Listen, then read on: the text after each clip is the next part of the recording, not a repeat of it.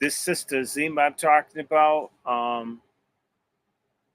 she told me about this herb that I'm sorry, this mushroom tincture.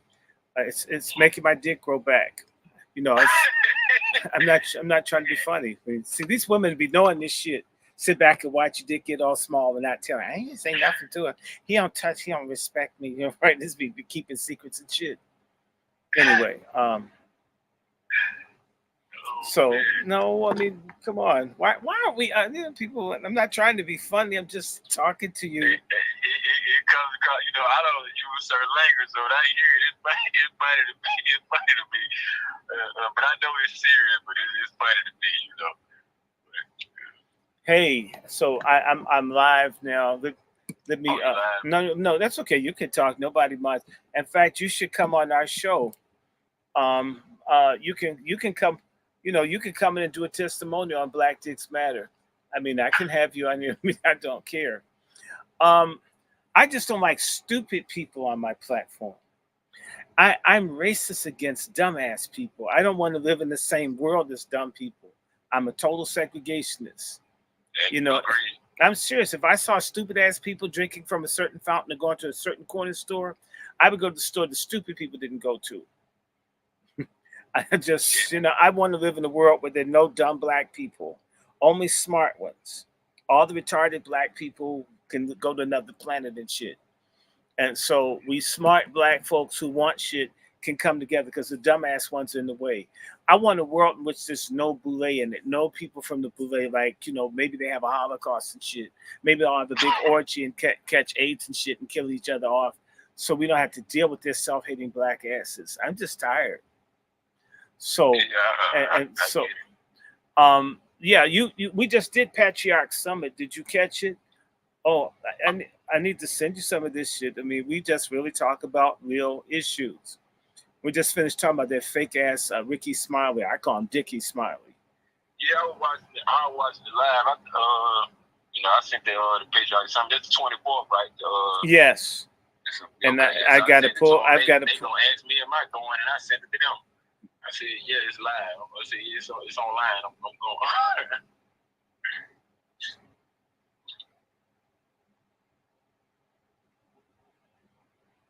Wow, hold on one second. Let me see this. Oh shit.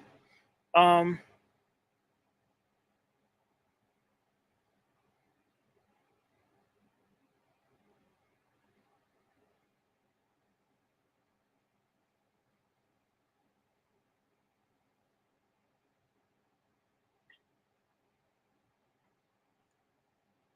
have to tell my Black Dicks Matter show. I think it's fair. Hey, Mark, we're going to do another show. Tell Devin about it. The show is going to be called Black Dicks Matter, and we'll be talking about prostate cancer. I guess I'm on my way to being an expert. Now I got the cancer, and I got to learn about this shit. So let me see. Black Dicks Matter. And so yeah, tell this to everybody. Share this thing.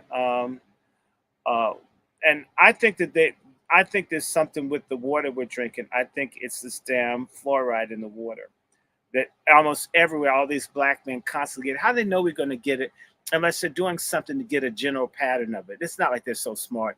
You create the damn situation, and then you wait for the problem to emerge. Then they act like, ooh, we knew that you were going to get prostate cancer. And, it's really, that's real bullshit. I can't stand it. Well, yeah, some of that comes from that plastic, too. You got bottles labeled with numbers on them. They got twos, ones, and different ones. That's how you know which ones you want to drink and which ones you don't want to drink, because a lot of that does have estrogen in that water. There's an article I got a couple of years ago about estrogen being in water and certain aluminums in there. So when you see your bottle of water, you will see a little pyramid shape. You will see your ones and twos, and certain ones you want to stay away from. And certain ones you'll be clear to drink. So that is true. Mm-hmm. As well as something that's processed food. You don't want to eat it. You try to get unprocessed as much as you can. Mm.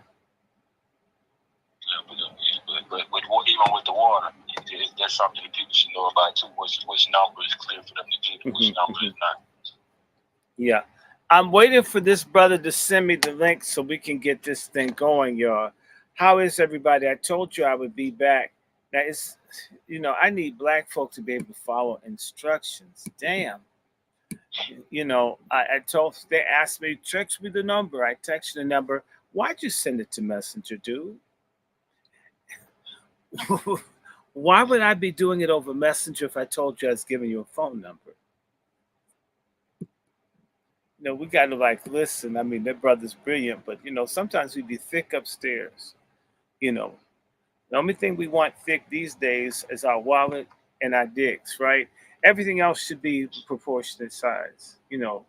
Even a short person wants a big dick. Even an old person wants a big dick. Even young guys want a big dick. And it's only when women, I'm sorry, you sort of tight on the inside, y'all need to do some yoga. You don't want to have a big one, but all your friends do. This is very confusing to me as a man. I don't want nobody that big. Then if he's small, we're whining. I'm going to be honest with you. I'm sorry. And yes, I believe in God, and I talk about what the hell I want to. It's amazing to go to church with a child molesting preacher, but God talks. Oh, Jesus, the Lord want to use you. And what he really means, I want to turn your ass over in my study. But he didn't say, give me some pussy, so it's not so bad. Why is that? And this is a Sunday. This is a day, for me to give a finger to fake ass preachers, because there are a lot of y'all out there. A lot of you guys are frats. Y'all didn't get that position because you're close to God. You called the ministry. You're homie and you online together, and your ass couldn't find a job. They decided to put on the dress called a preacher's robe so your ass could hustle people. And it's tax-free money and free pussy. I mean, it's almost like being a rock star, but they don't pay taxes. Okay. And if you get a mega church, there's a lot of preachers making more money than the stars, because those folks don't even get paid for the recording and stuff they do. You heard about TLC being broke, didn't you? Mm-hmm. Selling millions and millions of records, dogging black men, and those hoes were scrubs. Can't get any love from you, and you can't get any money from the white folk who paid you to trash black men. Yo, yeah, we're going to be real up in here today. I'm trying to come down on some holes. Okay, here comes the number. Hey, y'all. Oh, he just called me. Let me go back. I don't know why his number dropped. I'm going to do what you call it. Oh, okay. Okay, so you just sent me the link. You ready to roll? Yeah. I'm going to go ahead and get on. We're going at 6 because I had to schedule at 3. I didn't even realize it. So we're just doing it 6. But yeah, you could do 6. I mean, I got about 22 people. I'm about to let all this stuff rip on all my other channels. Yeah, it's set for 6. So yeah, you can come. You can. Okay, I'm gonna start talking my people up. All right, stay white. All right, okay. Yes, sir. Okay. We're gonna start about 6 so we can have a little bit of fun. Brother Marlo, that's a brother. He's a clinician. That brother's worked jails and everything. He'd be a good person for y'all to talk to. We're gonna create a network across this country. So I appreciate you reaching out. See how cool it is if we cooperate, if we act like we're a damn nation. Some brother called me about prostate cancer. His last name was Boyd. We start talking. We have the same cousin, because it says, your family from Virginia? It says, no, but I'm related to that dude named Boyd with the national. It says, well, he's my cousin too. So it says, hey, cousin, I never even talked to this dude, but he's having the same problem. You have a stilted dick. A lot of y'all out there, y'all silently. And Viagra isn't the solution. Viagra is almost like a narcotic for your dick. Once the high is over, it goes back to the small ass size it was before. Just saying. You need to cure the problem. See, that's what they give you Viagra. I mean, they give you stuff to make your dick go dead. And then you have to pay them to get a hard on. And then it don't last that long. Then you got to keep buying it. And then the price of the pills. At first, the price of Viagra was cheap. Now they're trying to break your ass every time you want to bust a nut. Can you imagine if you had to pay every time you busted a nut? A lot of people would be broke out in the street, man. Man, well, I have a job. Can you imagine on the homeless people for busting a nut having to pay a fine for it? And so, well, if I can, DrRandyShort, most males probably they don't know it is well, you need to put blueberries in you that help with testosterone. You need ginger. oh, I It love helps, and also most of us don't drink enough water. If you have a problem lasting longer, we being men, I don't talk a certain way, but if you have a problem lasting longer, you need to drink more water. You drink more water that day. If you got the company of a lady, drink more water that day. Mm-hmm. You got Janico, I can't say the name correctly, but you mean ginkgo? Yeah, and ginseng. Yeah. Okay. Well, no, that ginseng, and ginseng, because the Asians have those small penises, so that shit's good because they use it. I mean, they need help. It's good for your health. Right. Well, but ginger and blueberry is the main two that I would say because they help other things as well. But make sure you get blueberries in your diet. Make sure you get ginger root in your diet. If people make ginger tea, make sure you get those. Those help with other things as well as your testosterone. Well, no, but you know what? You're giving it away. Y'all, we're doing a show at 9 o'clock. No, that's okay. We're going to be doing Black Dicks Matter at 9 p.m. That's my next show after this one. Okay. It even sounds cool. Black Dicks Matter. Okay. Y'all know it's true. Let me see. So, yeah, we have to have this conversation. And I had been thinking to talk about it, but but we're going to be talking about Ofaga and Kumswalla first. And y'all know I can't stand these people.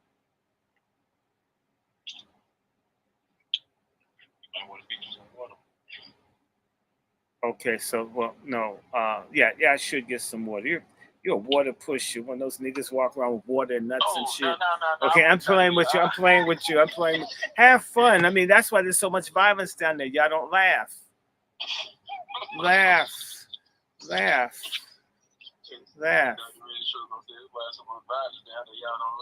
That's it, because y'all don't laugh. But everybody was serious down there until to see people get mad. You couldn't even talk to people. What you say to me? And I said hi. You did? Oh, and then walk around thinking everybody's out to get me. I'm not out to get you. So let me, I got to do this other thing. So I'm going to let you go so I can come on my other channel. White woman to all you brothers out there. White man to all you sisters. MFM, everybody. Motherfucking money. We all need it. Can y'all say motherfucking money, boys and girls? Exactly. Motherfucking money. We need it. I mean, Crispus Attucks' ass didn't get it. He got shot before he got a check. Dr. King got shot before he got a check. Huey Newton got shot before he got a check. Malcolm got shot before he got a check. Mark Clark and Fred Hampton got shot before they got a check. I mean, damn. When they start going after their money, that's when they start. They end up giving drugs. Otis Redding didn't get the check like he's supposed to. Sam Cooke, they took his check. I mean, they killed his ass. I mean, he looked like he was trying to fuck some ugly Asian bitch. We need MFM, and so let me get ready. You got to hang up, Brother Marvel. If you want to come in, it's the Angry Black Men's Book Club, or I can email you if you'd like, and you could be a guest. Yeah, you could. Well, do Black Dicks Matter, right? So I know you're busy down in Mississippi, and if you get a chance, if you really want to do, I got the books, by the way, and my friend got the book. The one thing I'd like from Mississippi is I'd like to find a way to get some damn sugar cane. Y'all get that down there. We don't, it's hard to, you got to like go to the illegal neighborhood where they want to kill you for being black. And I'm just telling you. And it's all red and worn out and shit when it gets up here. I like it when it's green. You know what I'm saying? Anyway, well, I mean, by the way, I got my decision, my ruling. The judge ruled. The answer is yes. So I'm coming to Mississippi, and that's going to be fun. And y'all gonna have to protect me because I say white woman, I'm gonna get lynched and shit down in Mississippi. I'll be just like my cousin Emmett Till and shit. Except I said that I did say white woman, but it's not that I want a white woman, but saying white woman is a revolutionary act. It is. And so anyway, let me let you go. I got to light up this other channel, and you know how to catch me, brother. Okay. Okay, All right. you send me the link to the email, and I'll definitely come on. Okay. Well, I'll email it to you. I will. Okay. All right. Appreciate that. Whiteness. Bye bye. All right. Right. Okay. No, we have to laugh. Come on, y'all. There's a lot of miserable shit. Do you know if I had a fucked up attitude, I'd be crying. I got cancer in my dick. I can't do that. You understand me? I'm not doing shit like that. I refuse to be miserable. I refuse. You know, to find out that my ass nearly died and shit, I feel like partying. Okay. That's how I feel. I feel like raising hell that I'm still here, right? That I'm still here and I'm not dead. And there's even a chance to like resuscitate my dick with you know, you don't really value your dick as much until you have something like this happen.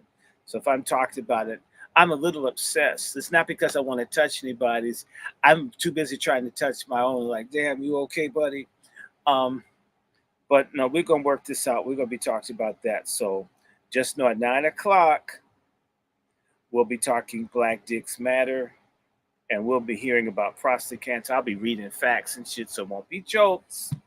Although I can make talking about prostate cancer as humorous as I can. And damn, I don't know how this shit spread so fast. Maybe my cancer cells come fast and spread. It was moving around. Anyway, let me get ready, y'all. Yes, no, it's not for kids. You're not gonna censor my ass, bitches. Okay, you have to always make certain stuff is for adults because they try to come for you and say that you're trying to. They're the ones that want to have mind attracted persons, but yet you can't talk about dick and pussy on the internet, and yet they've got full frontal nudity. I'm dressed. As most you can see is my neckline and shit. Okay, white woman, everybody. There it is, and it's 2 minutes to 6.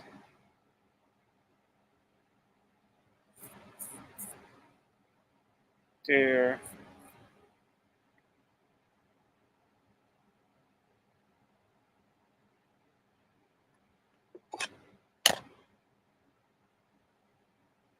Whew.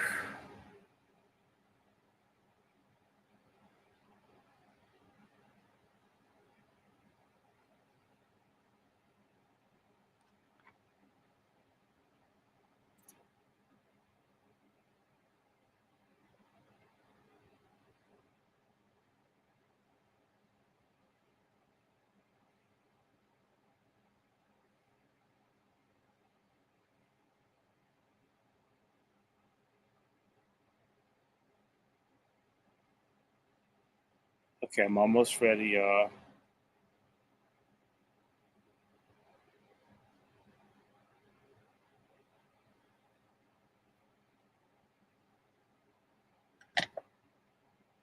Okay. Mark, I went on sabbatical for Salt Ministry because I didn't feel well. And I'm glad I did because how can I sit up and take care of everybody else? And I'm not doing well. I believe we're going to resume Salt in mid September.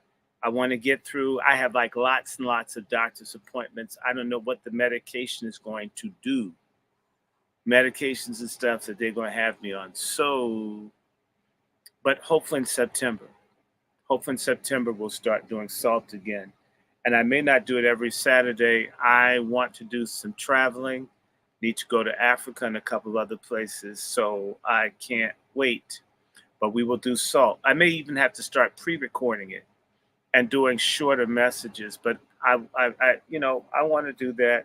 Let me see. How come I don't hear anything? Okay. So, but we will do Salt.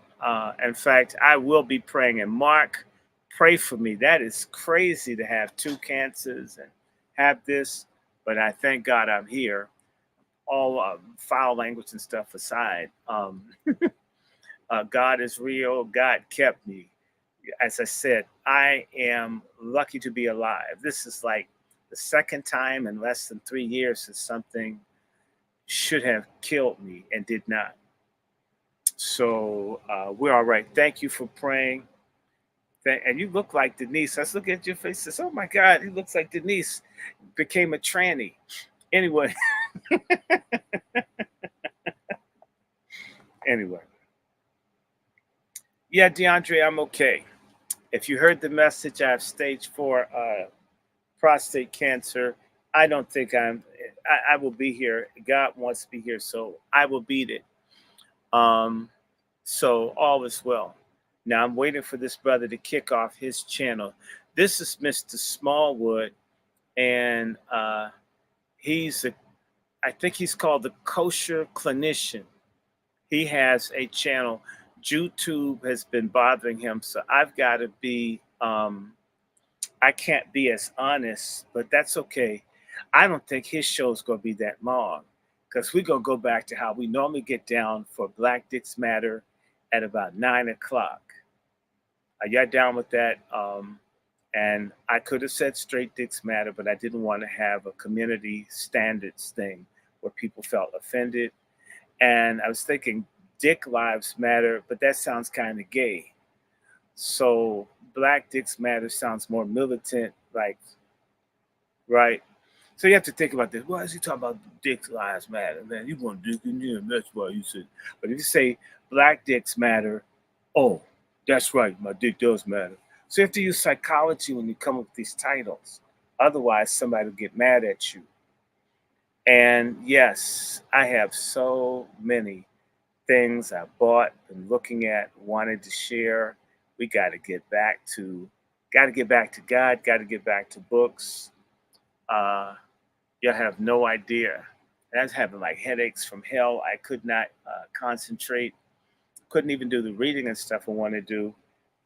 As you see now, I'm energized. There was the thing I was telling people about called Ducia. It helps the blood flow. It kills the bacteria in the blood. So I feel much better. I feel better now than before I got diagnosed. Go figure. So, oh wow. And I'm just disgusted at all these coons. All these coons like Dickie Smiley and all these fake rappers. Who out here is voting for Kamala? Can I see? And by the way, like this, share this. Can you guys like and share it? Hello to the 4 over here. Who's a 4? They don't let you know how many of you are in here. I see Reparations Nation. How you doing? B1 to you, Reparations Nation. Slim Bigum, thank you. God bless you. Mactico, I don't know, but I guess welcome. We're just trying to get a message out. And sitting on this thing is hard. Woo. Let me see. I'm still backstage waiting. He's scuffling, but let's see. I can't wait. I can't wait. I can't wait. How many of you guys are going to vote for Kamala Harris? Talk to me. Somebody who out here thinks Kamala's going to win. I'm going to ask you guys again. I'm trying to interact with y'all. Y'all not interacting with me. Who thinks Kamala? Hit that like button and share this stream if you're not a beta male.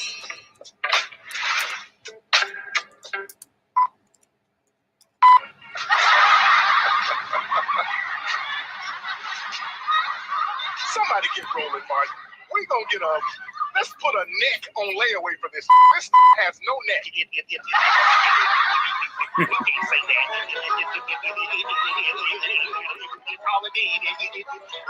I hope not either, Reparations Nation.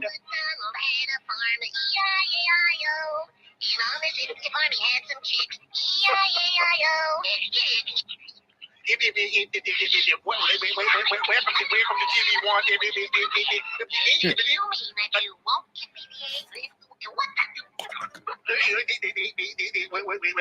to TV One. Paula Dean, if you would say that. That's all, bro.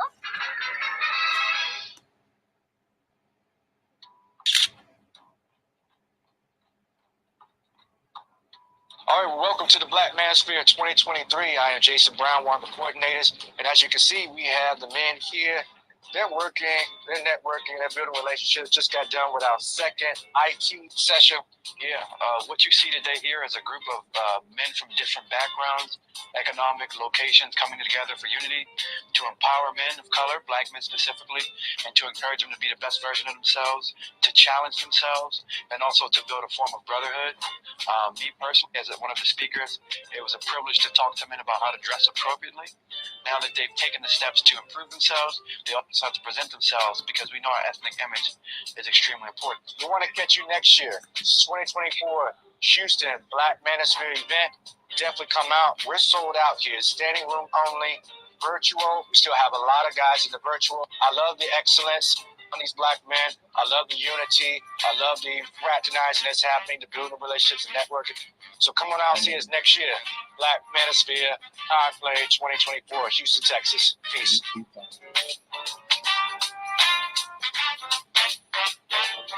I'm not going.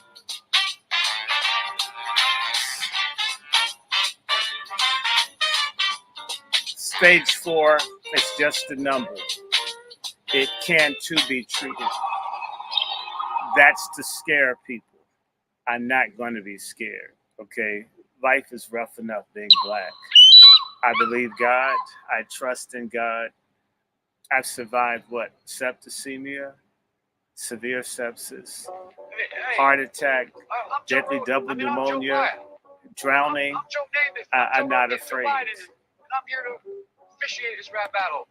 Your wife is a thought, and she used to post nude. Well, Big Mike, your wife is a dude. January 6th, you caused a violent insurrection. Well, that's because they stole my election. I asked Melania, you can't get an erection. You want to take away our guns, but you still have protection. That rat on your head is a wig. Who are you fooling? You're orange like a Cheeto when you're connected to Putin. You're like Dennis Rodman. I'm more like MJ. You had the worst economy, probably in decades. Overweight, out of shape, literally dead weight. Who the hell are you talking to? I know you skipped leg day. Racist, a traitor, the KKK defend you. Well, you're not American, Obama. You're from Kenya. You left the border open. Economy was broken. I bet that you were on the island. Everybody knows it. Under me, there was less division, more unity. The first black president hated the black community. You working with the feds, wiretapping people's phones. We all know that you're killing innocent kids with drones. You're a fake politician. You're an actor. You're a fraud. Well, at least I don't worship government over God. You didn't pay your taxes. I'm loved by the masses. Maybe the upper classes housing market collapses. Rappers rap about me. Cool in the trap house. Trap house, Obama? Don't you mean math house? Plus, they were rapping about me when you were a senator. I'm like Chris Hansen. I'm about to catch a predator. You said there were good people on both sides. That was out of context. The fake news went and lied. You dropped the ball of COVID, and no one is surprised. You spent trillions in the Middle East, and tons of people died. Obama phone, Obamacare, I care about the poor. I'm the first president to start no new wars. You're guilty of collusion, nor in the Constitution. I'm a two-time winner. I don't know about losing. You created feminists. You funded terrorists. Your chef was dead in your backyard, and no one questioned it. Spied on my campaign. You and Bush crash planes. Me, I give ordinary citizens a tax break. Barack Obama did a great job, and so did Ronald Trump. What do you think won? Comment in the radio box down below.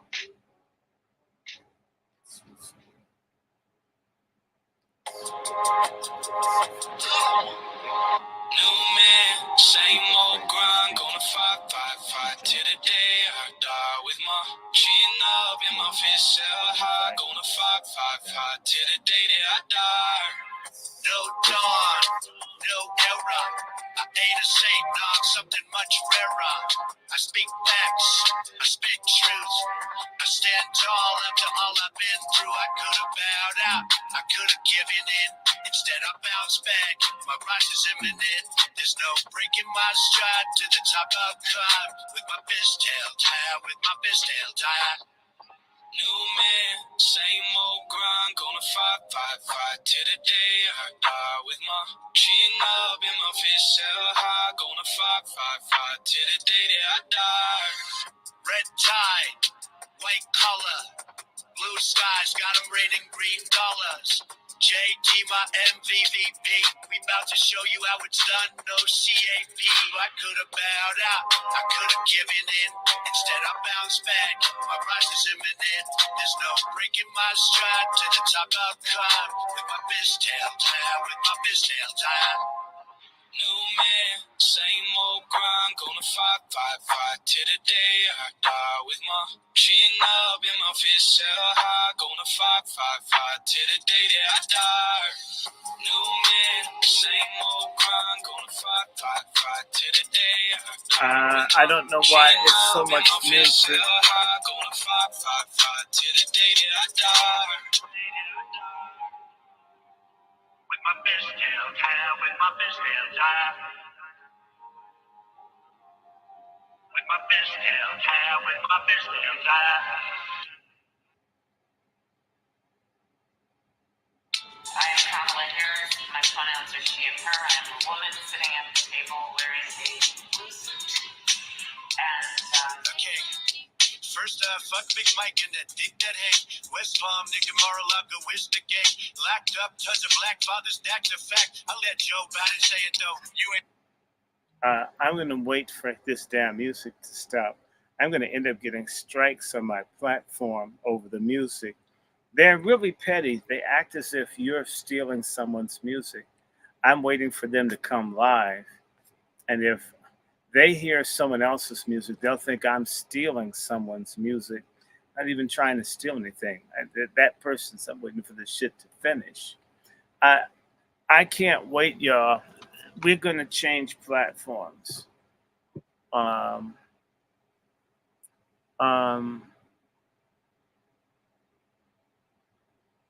Yeah, anti-parasitic, I'm not surprised. But the person that asked, Darren Hanshaw, I put the name of this, it's a mushroom called Usnea. It's an excellent thing, man. It's an excellent thing. And I'm going to wait for him to, he put this long music thing on here. I'll simply wait until that's over.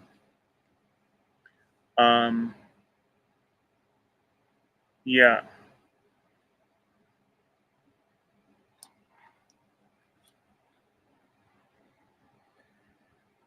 You're playing music.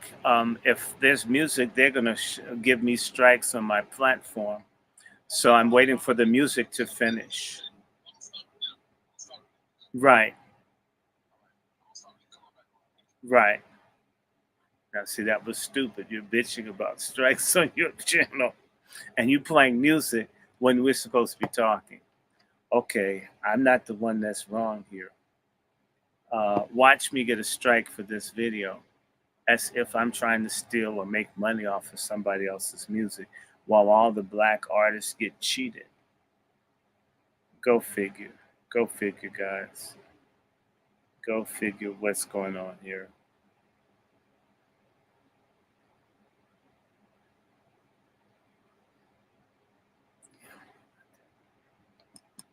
So inside play. And they punished.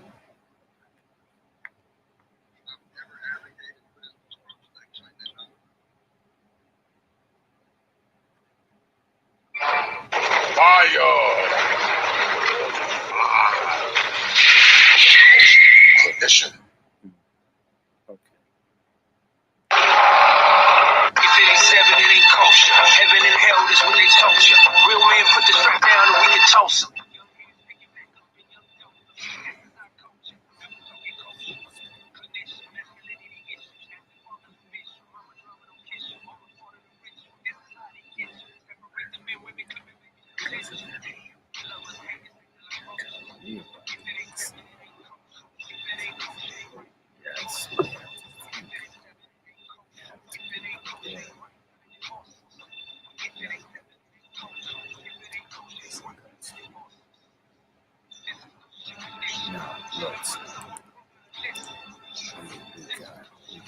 Well, so let me see.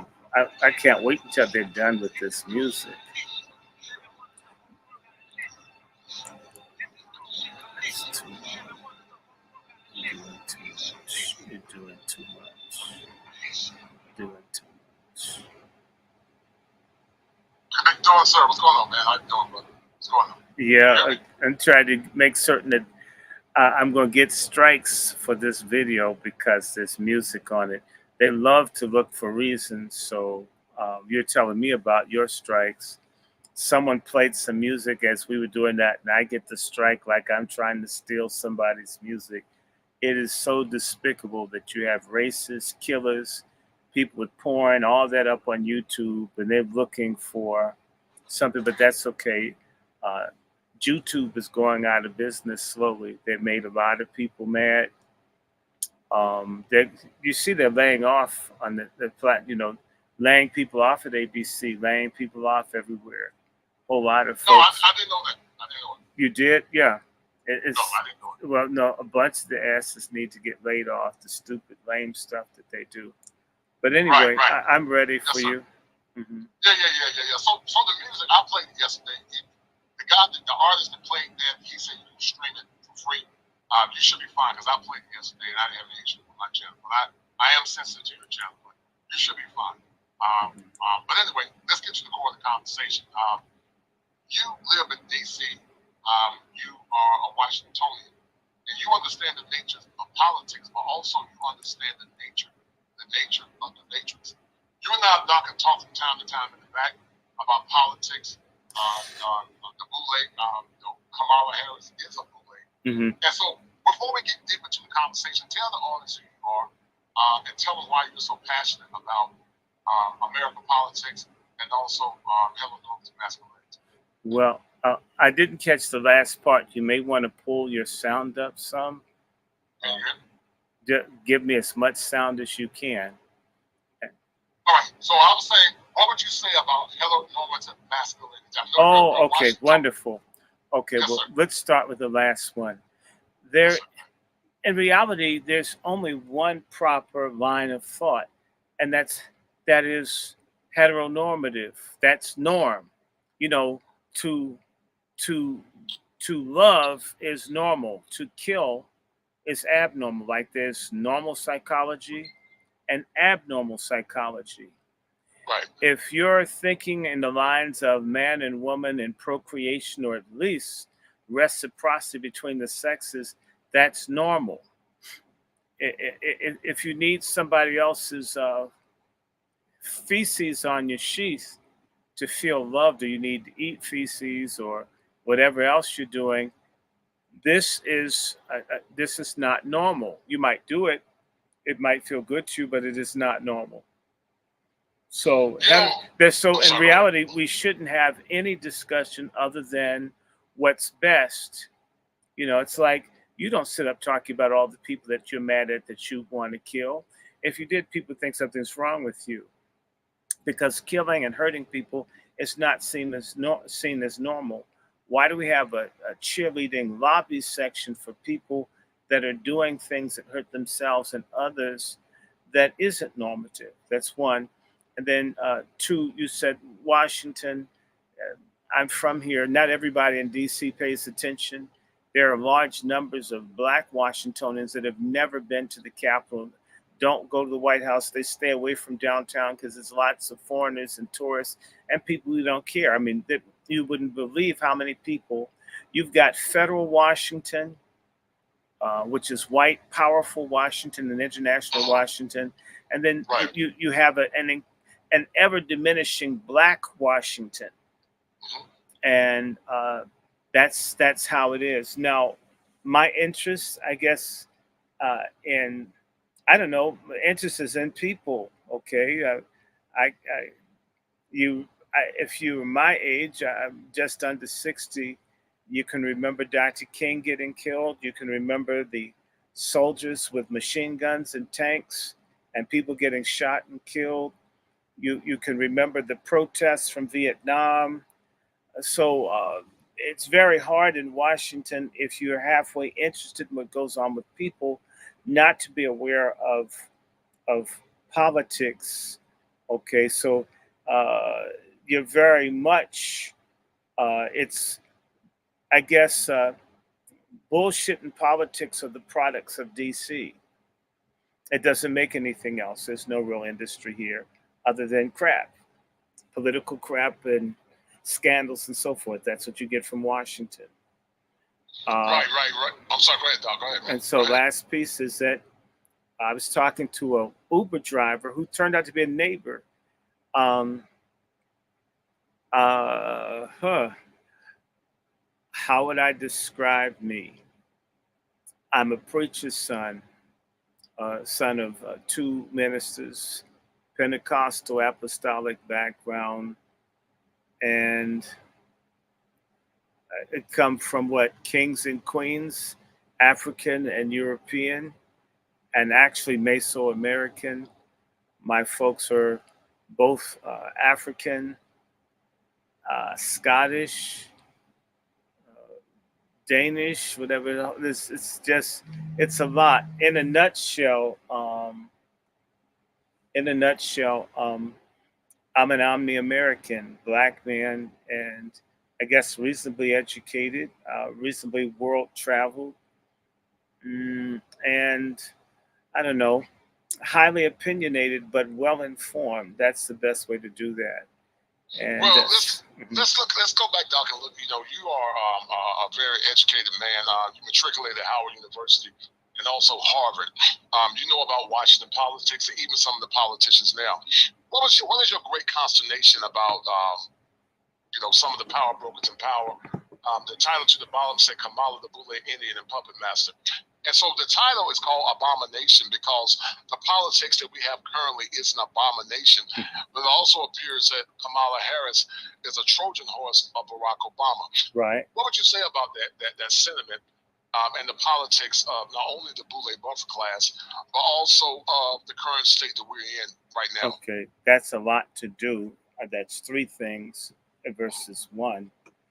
Barack Obama, the Clintons, the Kennedys, the Pelosi's, the Schumers, and the Clintons, the Kennedys, the Clintons, the Obamas, the Schumers, and the Pelosi's, are at least key political families that are super strong, that are dominant in the Democratic Party.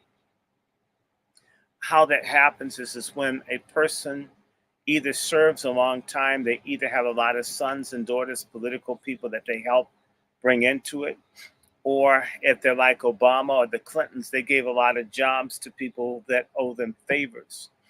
That's within the political party, that's within various court systems, state systems, federal systems. So they have people and they are able to, on a national basis, force things. The Kennedys have things as well. And people often strong in a particular state. In the case of Obama, he's plugged into the billionaire Hilton fortune, the Pritzkers. So he's strong in Illinois, a major state. In fact, Illinois' capital is, Chicago is the capital of the Democratic Party. So Obama's literally in the heart of the Democratic Party. The brain of the Democratic Party is New England, in particular, the Boston area, where the Kennedys are strong. The Clintons are strong in the Middle South, and there's like a fealty among New South Democrats to the Clintons, right? Schumer represents the Jewish strain, which is strong, and the Pelosi's represent the Catholic thing. And I should have said, let me be clear. The Kennedys are Catholics, they're Irish Catholics. Pelosi is with the other ethnic Catholics, the same way she's an Italian that married another Italian that are connected in California to the Getty billionaire family. So, the Kennedys are super rich. The Clintons have gotten richer. They're probably the brokest of the people that I mentioned. But Obama, having 8 years and managed to leave office without any of his filth catching up with him, has an intact reputation. And what he has done is through helping Biden win, who wasn't prepared or able to be president in the first place. He wasn't. Biden has been a screw up. He's been a spaz. He's been a dork, an embarrassment for decades. That Obama has been able to manage uh, Biden along with his wife and others. So uh, Biden came in, and you have to understand that there's a relationship between Biden and Obama. And let me just help you. Obama is alleged to have had a homosexual relationship with Larry Sinclair. I believe he's a Jewish man who now lives in Florida. And when Larry Sinclair in July of 2008, wow, 16 years ago, is it 16? Yeah, 16 years ago, just over 16 years ago, when Larry Sinclair was trying to expose Barack Obama for doing drugs with him and having sex with him, and possibly having something to do with having a couple of other black men that he was involved with allegedly killed. He tried to do a press conference at the National Press Club, which he did. And before the story could get big, uh, Joe Biden Jr., aka Beau Biden, illegally and unlawfully arrested, basically kidnapped. He did a false arrest and picked up Larry Sinclair over on 13th, yeah, about 13th and F Streets Northwest, and took him and threw him in jail in Delaware, crossing the state line of the District of Columbia, although it's not a state. He crossed into Maryland, and then he crossed two state lines unlawfully and put the man in jail for supposedly passing a bad check. That kept the mainstream press from talking to Larry Sinclair, which saved Obama because this was just weeks before the Democratic Party national convention, where Obama, would have been, named the official nominee of the party. So Obama owed Joe Biden a favor for his son, more or less helping to protect his candidacy. Most people don't know that. And in an email that I had with Jeremiah Wright, Obama's former pastor at United Church of Christ in Chicago, I told Jeremiah Wright that Obama was going to do the eulogy for Beau Biden before the funeral was televised. Now, how the hell would I know that Obama was going to eulogize Beau Biden? I'm not in their circle. But I know Obama owes his political career to Joe Biden Jr. silencing the gay dude that had the goods on Obama. So the Bidens and the Obamas have a special relationship. They wouldn't have gotten where they were without each other. And by the way, Joe Biden had disgraced himself, lying and plagiarizing and making false claims, running for president in 1988. He did a bunch of stuff, got embarrassed. He's been messing up for a long time. Obama making him as vice president, to me, in part for reward, because Joe Biden was tight with all the racists. He was with the racists in the Republican and the Democratic Party, and because he helped cover up this potential homosexual scandal that Obama faced. That allowed Joe Biden to finally get his sorry dementia ribbon behind in the White House. And out of that, Obama looked the other way as the Biden family grifted and made millions of dollars, influence peddling, for which they all should be in jail or at least prosecuted, the same way that what's happening to Trump. So, and now that Biden's son, Beau Biden, died in 2015, when Obama gave the eulogy, he died of cancer. Hunter Biden is allegedly a pedophile, definitely a known drug addict and a grifter. One of the daughters of Biden is a nymphomaniac and a drug addict. So the Bidens don't really have people that are close to them that the father can really lean on, other than the wife who looks like Alice Cooper in drag without the ugly makeup. Um, Obama therefore put all the people in, and the people who are running the Biden White House and everything else are the same people that Obama had. You'll find that what tends to happen is that a lot of the times the same people get recycled over and over and over and over again. The people that Obama brought in are the people that are now the people that are not elected, that you don't see, that make things work. Okay, these are the people that are Obama's people, not Biden's people. Okay, and as a result, Obama has always had a lot of control. And Obama, people don't recognize this, Obama is an honorary member of the Jewish community to many Jews. And there's a heavy Zionist Jewish thing.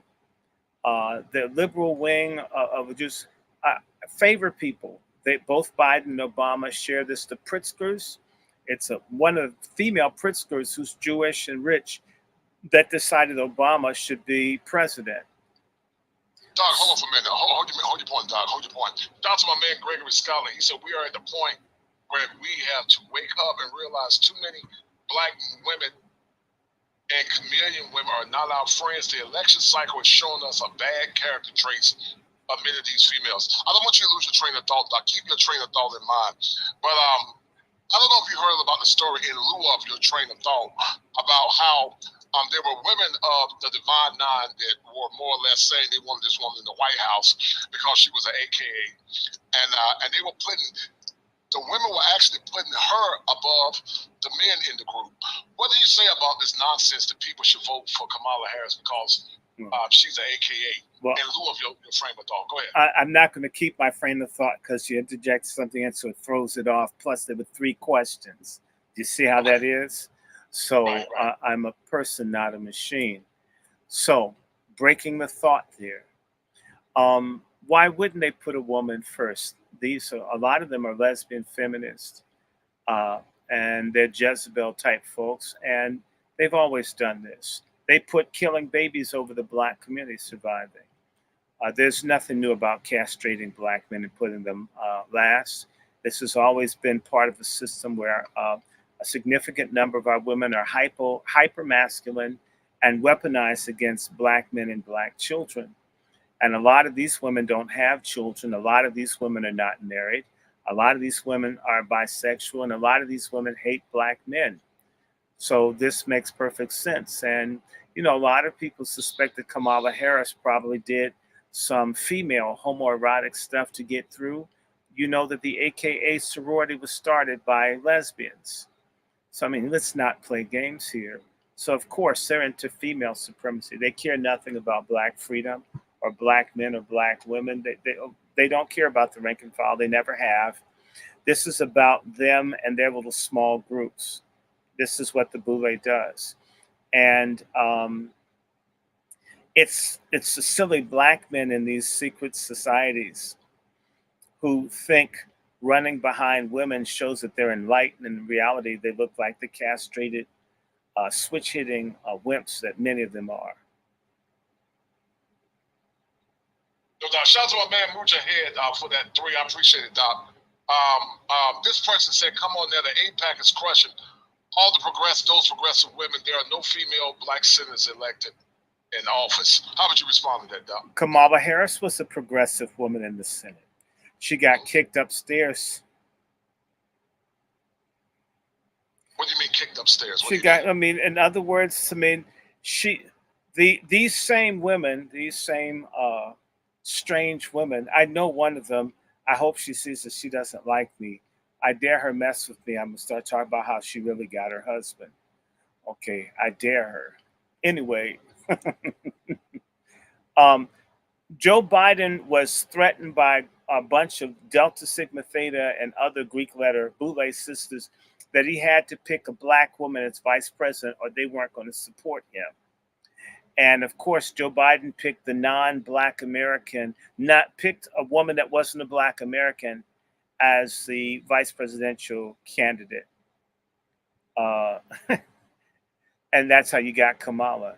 That was him giving a finger to the same black women that are telling us to vote for the woman that represents Biden, fingering them. But, you know, it's the same way. I'll tell you, a lot of black women do politics like they pick men. They don't do well at all. They'd be better off with arranged marriages than trying to guess.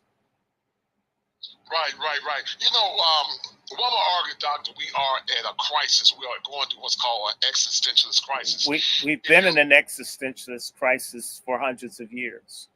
Right. But in this current nexus that we have, let's say it's been magnified even more.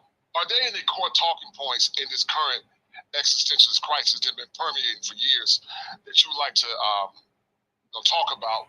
There's going to be a point of discussion if we don't change the course that we're in right now. Well, we're in slow genocide. It will be accelerated genocide if Kamala Harris wins. It's real simple. Black people have to pick God and national salvation or Satan and national genocide. Right now, the boule is leading us to race suicide. And because we look at nice clothes, cars, houses, access, we think these people care about us, and yet they show us with no tangibles, with nothing, that they don't care. They support, in fact, they run around and call the mass killing of black children health care. If you look at them, these Divine Nine people, there's not one major crisis, homelessness, people losing their property. I mean, poor schools, there's not one issue that's important to black people that they've rallied for like they have for this Indian whore that hates black men's guts and likes killing black babies. Interesting. You talk about a lot about, you know Angela Stanton King, right? You know her, right? We're going to get into that in a minute. I've met her. It's not like I want to talk about her long. I'm going to say this of Angela. Okay. Angela's not related to the King family. Mm-hmm. And Angela, to me, her politics are driven by her bottom line. And that's all I'm going to say on that. Okay, all right. Yeah, I have some clips I wanted to show you, but we'll if you don't want to talk about it. No, I've answered it. It's a bottom line person. They're not a biological relative to the King family.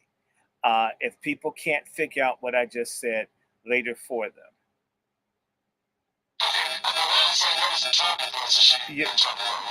Your sound isn't good, so I didn't get.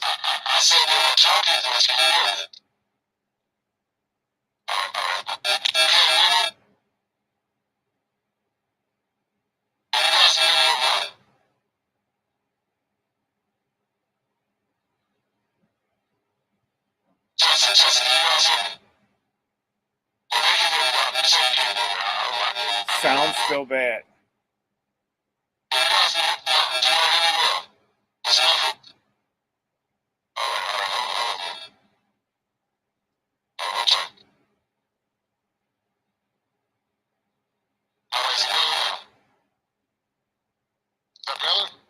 Now I can hear you. Okay, cool. All right. So I'm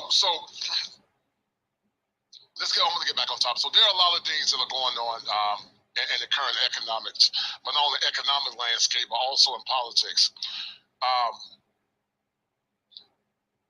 You're talking about the economic suicide that's going to continue to happen if black folks don't turn the tide. And I'm sure you support Donald Trump, though, like a lot of black men support Donald Trump. Mm-hmm. What do you think is the impetus for why so many black men support Trump, in your opinion?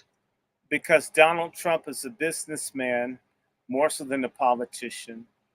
Donald Trump is talking about real stuff. The Democrats aren't talking about economics. They're talking about hacking off boys' penises, stitching up girls' vaginas, hacking off their breasts, killing babies, pronouns, legalizing pedophilia, forcing people in Africa to kill babies and be gay. They're not talking. They provide services and tangibles to every other people but ours, the Democrats. okay, with black folks and the Boule and the Greek letter groups and the Masons leading the charge, all the while collecting and getting money, because you know the Divine Nine, all the black Greek, or I call them divine swine, are all getting money from the Small Business Association and other government agencies. The reason that you see them screaming and crying so loud is that hundreds of millions, if not billions of dollars have gone to black Greeks while black people have starved the last 4 years. They don't care. They haven't shared. They set up not-for-profits, don't help anybody, put the money in their own pockets, and they're being paid. They're being paid to get us to vote yet once again, for them to get, and basically 90% of the money that comes to the black community goes to 10-15% of black people. The other 90% of us fight over what's left. They've never been interested in sharing. They don't even trickle down like the white people do. And they are, in reality, the black elite is an appendage of the Democratic Party. They're not really a part of black people.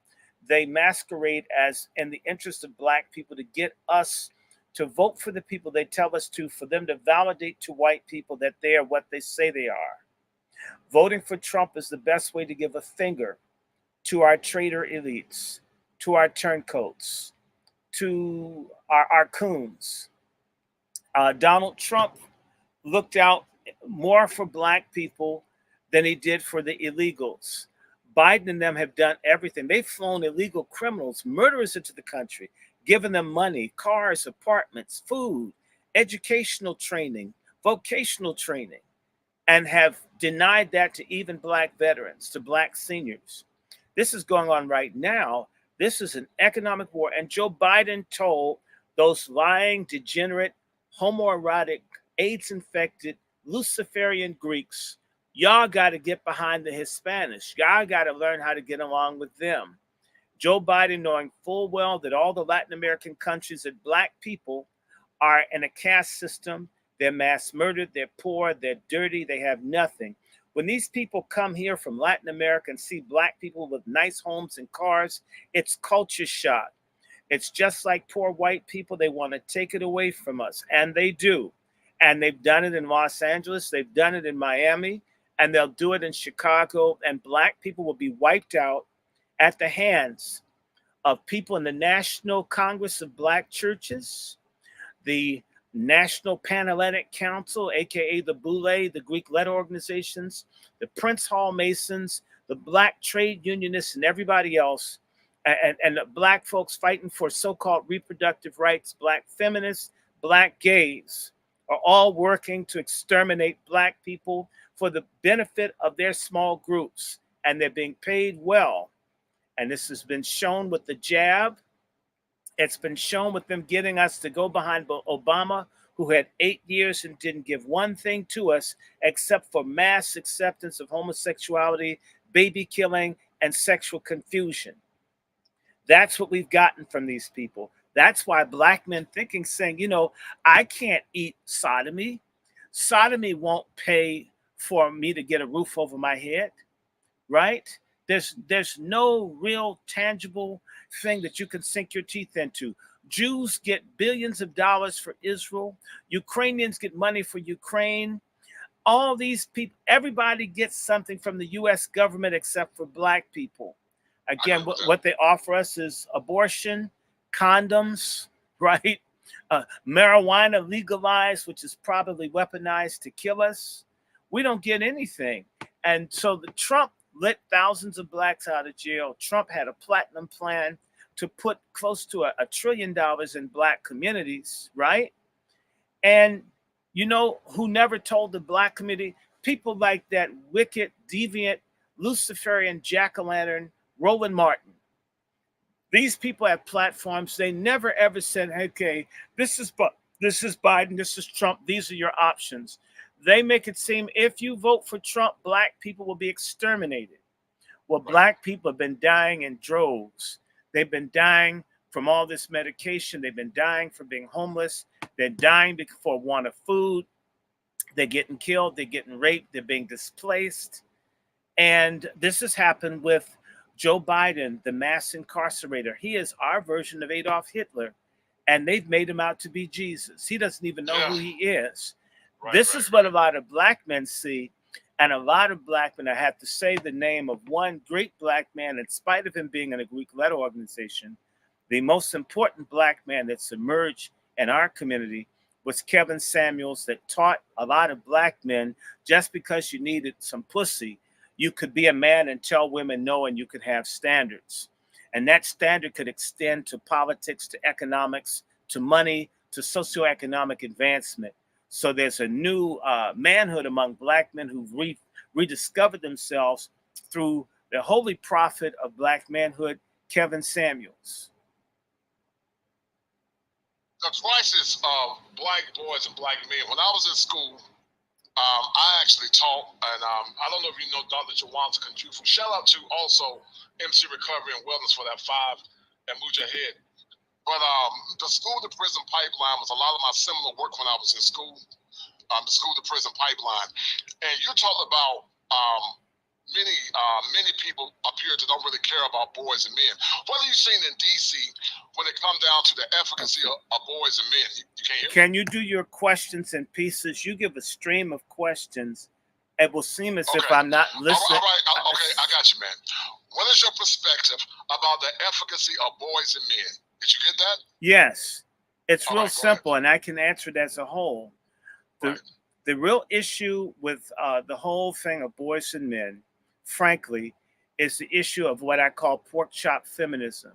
This is ghetto rebellion, Jezebel, black feminism, which is basically a lesbian conspiracy with white women to kill black babies and kill the black family as black female liberation. And who runs the schools where the black kids don't learn? Women from the Greek letter in particular, all the black Greek women, they're the ones that run the schools. The more powerful the Greeks have gotten in our community, the less our children have learned. In fact, it's coincided. The AKAs and the Deltas and the Zetas and the others run the education, and they don't care.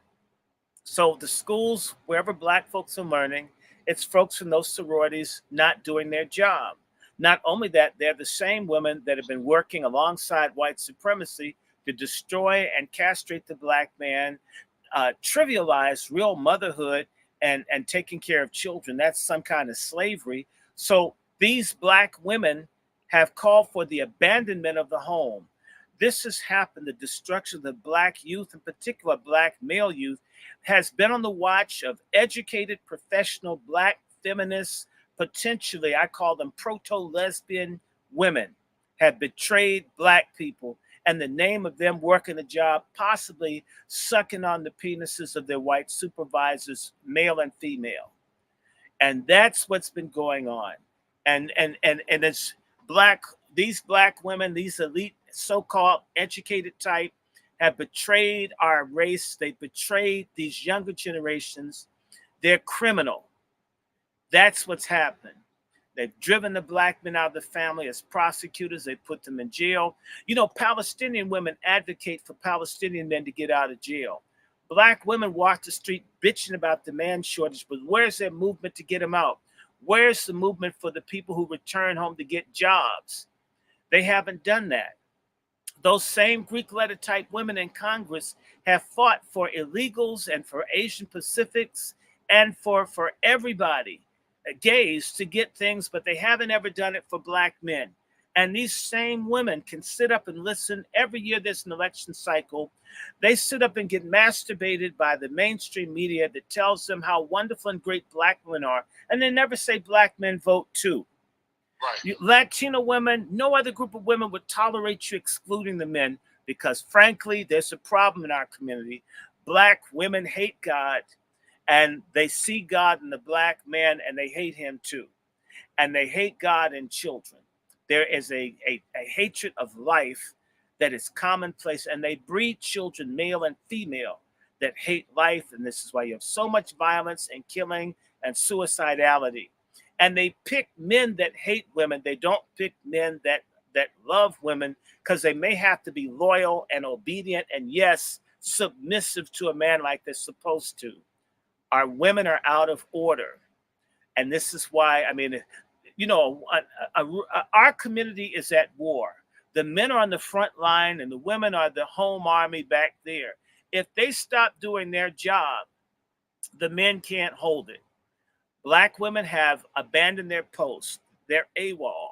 They are disloyal. And in other communities, when you have this kind of problem, women pay a price. The sad thing is, most black men are basically, they have a sodomite mind, even if they're heterosexually attracted. Physically, they may be attracted to women, but they see life like a sodomite ally of women. They're anti-black men. Black men also are trained to hate each other. We have a lot. Black men hate each other way more than they hate white racist killers or cops. That's proof by you'll never see a white violent killer policeman shot and killed. You will only see black folks massacre each other who've practically done nothing. And the problem is women should not run the show. Women are supposed to cooperate with men that run it, not try to take over. It's out of their place. I agree with that.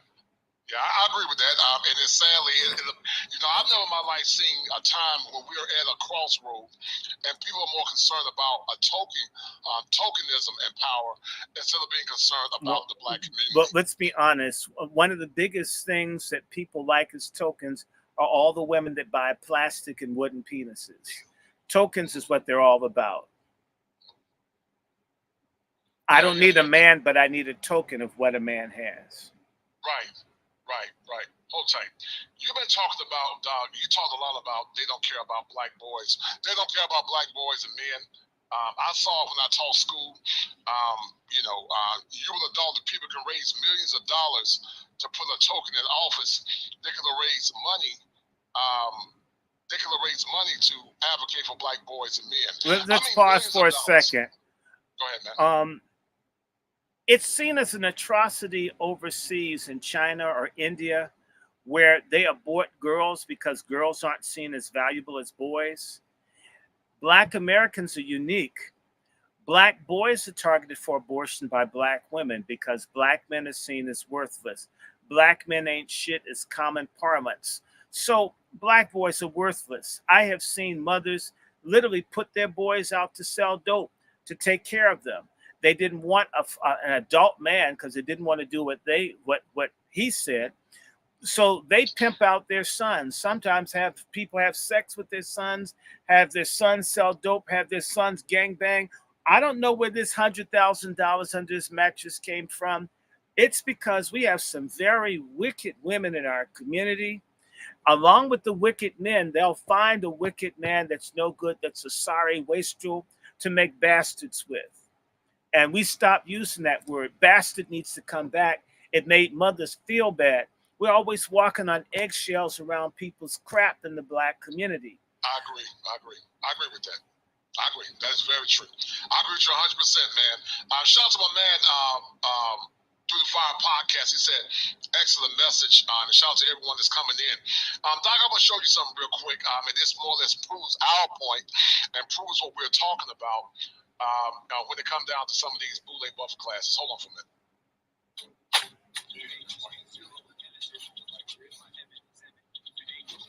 Some black men are interested in voting for her, and then you have other black men who are not. We talked about that extensively in a video on my channel. Black men are turning their back on Kamala Harris. And such is the case for a brother like Mike Jackson. I need to get you. Dear black men, please remain strong. There's going to be a pressure on us to vote Democratic and for us to endorse Kamala Harris. Do not fall for the symbolism. Do not fall for the tucks and pearls. As black men, our vote is highly needed. And there's already talk about black men can't be trusted to vote for Kamala Harris. Well, you're exactly right. We're not falling for you're not black if you don't vote for Joe Biden. We're going to logically make an informed decision. Kamala Harris has already went on record saying she would not pass any bills or laws that would directly benefit African Americans. So black men, let's be very careful. Let's be able to deal with the criticism. Let's be able to deal with being called sellouts. Let's be able to deal with being called racist. But right now, the Democratic Party needs our vote for Kamala Harris to be president. And they're already saying we can't be trusted. Well, you're right. We can't be trusted. We're going to make an informed decision. Kamala Harris, sit down. What are you willing to do for the black race other than falsely represent us as a black woman with chucks and pearls in your sorority? Black men, it's going to get hard. We are under attack, but we must remain strong. Harris is not the answer. We're concession. Harris is not the answer. We're concession. You mean to tell me that the possible first black female president, her primary message, her platform is to promote the very thing that was meant to wipe out our race? That's what she's running on? What do you mean by that? Restore those freedoms, I will sign it into law. 1 Kamala, 2 Kamala, 3 Kamala, whoa. Which candidate you endorse? Fried chicken to jerk sauce. Chopsticks to rice off. President is on the menu. Now you got some black in you. Willie Brown, see that's irrelevant. Martell Williams said you were celibate. Yes, I know. There needs to be outreach and inclusion. And certainly it could become the first Indian senator in U.S. history, which would be quite an accomplishment. Not good. It could become the first Indian senator in U.S. history, which would be quite an accomplishment. Not good. First Indian vice president. Yes, I know. And so black women's intelligence. She's not like us. Where's your lineage? Half Jamaican and half Indian. Around us, she black pretendian. Yes, I know. Tulsi Gabbard had you fidgeting. Senator Harris says she's proud of her record as a prosecutor and that she'll be a prosecutor president, but I'm deeply concerned about this record. There are too many examples to cite, but she put over 1,500 people in jail for marijuana violations and laughed about it when she was asked if she ever smoked marijuana. Have you ever smoked? I have. And I inhale. I did inhale. She kept people in prison beyond their sentences to use them as cheap labor for the state of California. You actually locked anybody up? No, we never locked anybody up. Lying ass bitch. Sister girl, she repositioning all the black men in prison them. What about Matrice Richardson? Black man on death row found innocent. You fake as a pink iguana. You the female version Obama. Yes, I know. Making Snoop blow marijuana. You take after your white mama. Yes, I know. Your half white Jamaican father. Yes, I know. Celebrating Kwanzaa. Every year, our family and our extended family, we would gather around. We celebrating the Kwanzaa. Yes, I know. All the black women support you. They projecting. This is why they endorse you. Yes, I know. Their self-worth is cracked. Identify what you know and you ain't black. Only reason to vote, you saying that. Say the hell with your people, it's all cat. Yes, I know. Reparations, you heard her, she like, aw, give something only to black people. No, so I'm not going to sit here and say I'm going to do something that's only going to benefit black people. No. The 44,000 of y'all. Short the 42 million who didn't call. What I'm saying, it's all facts. Democrats do not want to talk about Kamala Harris' policy. This is a rabbit hole. They want to play the race card to distract. I'm voting for Trump because I want a secure border. I want low prices. I don't like inflation. On the other hand, you got Kamala Harris, Edward, who wants open border, who wants to eliminate ICE, who compares ICE with the KKK. I don't like those policies, but they insult the intelligence of every black American because they're asking black Americans to vote based on skin color. Don't give them nothing, just tell her her skin is black. It is black. You ain't black. It is black. Kamala, It is black. her skin is black. It is black. You ain't black. It is black. Her skin is black. It is black. Her skin is black. It is black. Her skin is black. It is black. You ain't black. 1 Kamala, 2 Kamala, 3 Kamala, whoa. You don't support us, we don't vote. We stand on business and we spoke. Reparations, we heard you said no. Why are you doing so much music? Why so much damn music? Fried chicken to jerk sauce. Chopsticks. All right, man. I'm gonna say that's more of a parody a little bit. That's more of a parody. I thought you were gonna do a video clip. You do a lot of music that actually takes away from the discussion. Honestly, I mean, so you said a clip, and then it's a bunch of music. It threw people off. Yeah, but that's part of my show. That's how I run my show. Yeah. That's how I run my show. But anyway, tell me it's music. If it's music, it's music. If it's a video clip, it's a video clip. I'm just being direct with you, brother. But that's fine, Doc. Once again, all right. It's copyright music. You ain't got to worry. It's my own personal music. So you don't have to be worried about. No, I'm not worried about that. It throws off my thought. The music throws off my thought, right? All right, Doc. I get it, man. We good? Right. That's fine. Yeah. All right, brother. All right. So anyway, as I was saying earlier, you said a lot about the current state that we're in. You talked about a lot about how black people or black women sell black men under the bus. They sell children under the bus, and it's causing a lot of problems in the black community. When you look at the broader black community, when you look at black people in general, record high inflation, immigrants, and it appears that some black women, not all, are more concerned about tokenism instead of true power, which is black families and black communities. How would you respond to that? Well, I need to correct you. When you come into the country without a legal process, you're not an immigrant.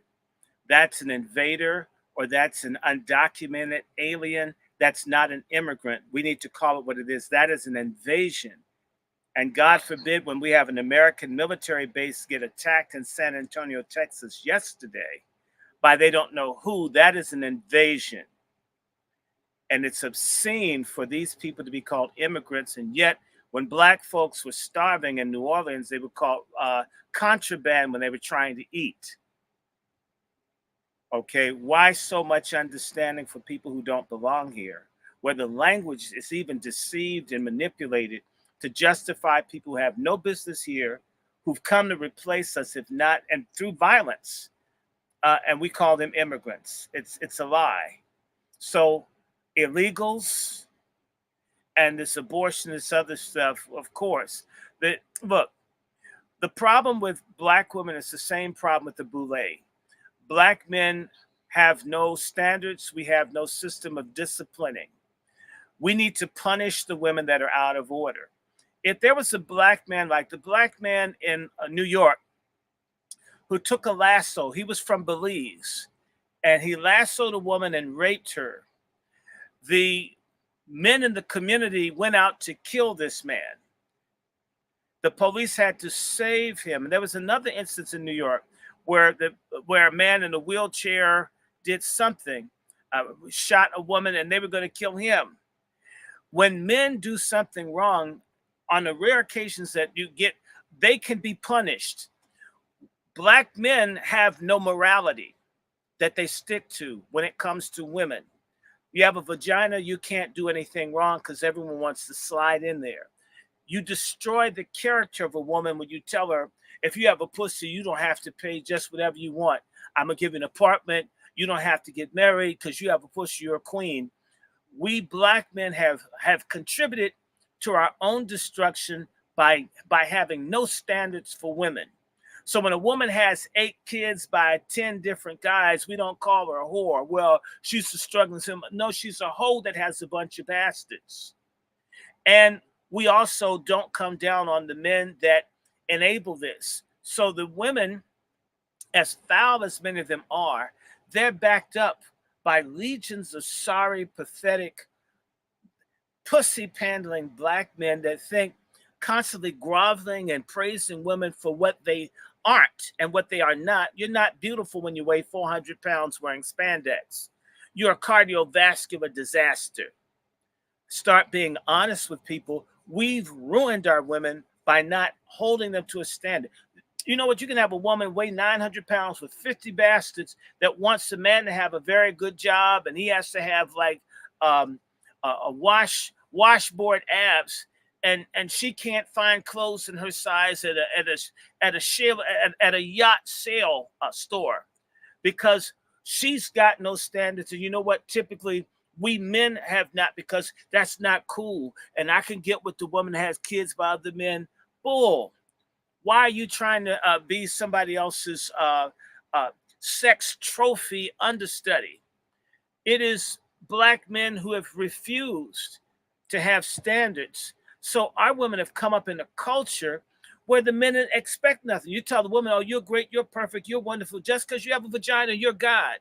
And at the same time, the other Black men, we don't like each other because Black straight men hate other straight Black men because the only thing that I think they feel they can accomplish is they can fornicate. And so every other straight Black man is an enemy. Not racist illegals, not racist police, but another Black dude, he's your enemy because he may want the same person, which is why the second leading cause of death for Black men is fighting over women is if there's a woman shortage.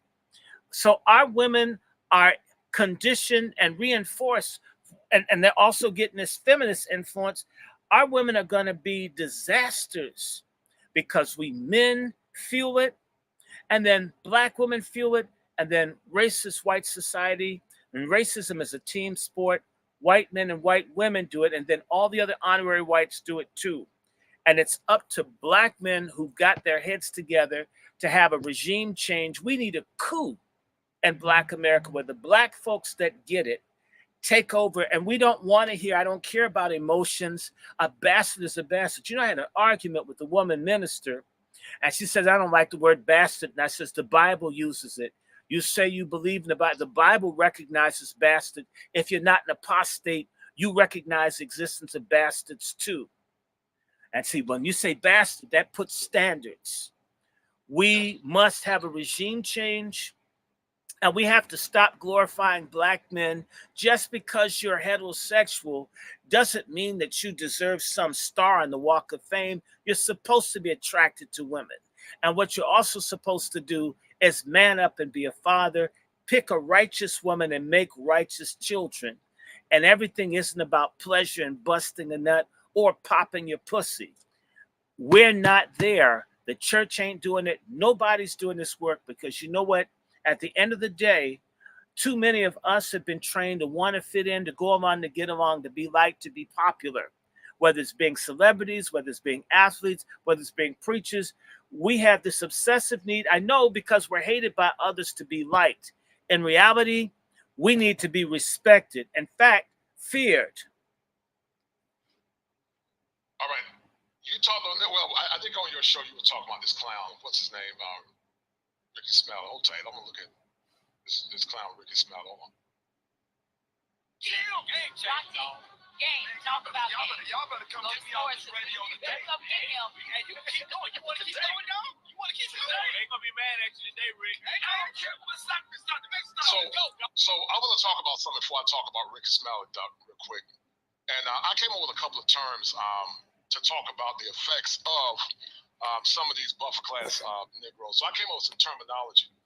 And in that terminology, I came up with a term called psychomorphology.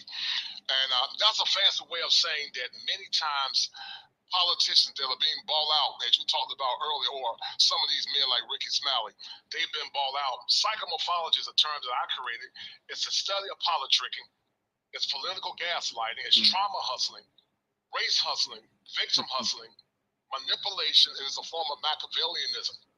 I don't know if you remember when we were kids, you know, I might say, well, Doc, if you give me some money, we can go have fun. And then when it comes time to deliver, I said psych. And so basically what psychomorphology is psyching people with non-tangibles. Only when it comes time to deliver, they renege on it. What would you say about that? They didn't offer anything with Biden. They reneged all the way around. They said, just do it because Trump is a boogeyman. Trump is a racist. Black people are going to be in concentration camps and picking cotton. They don't offer anything. They do Black trauma porn, genocide porn, and that this is what you're going to get. They don't offer anything. They don't even do psych anymore. They used to do psych. Now it's just do it because I said so. In fact, that shows the influence of this pork chop feminism. Or I'm white and I said so. Now I'm a woman and I said so.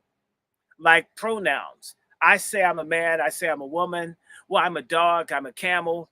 This kind of insanity is now in the Black community because a lot of these folks in particular, disproportionately sisters in college, going to white schools, picking up all this garbage, all of this postmodern garbage, and bringing it back to the community, and they think it's real education. In reality, it's indoctrination.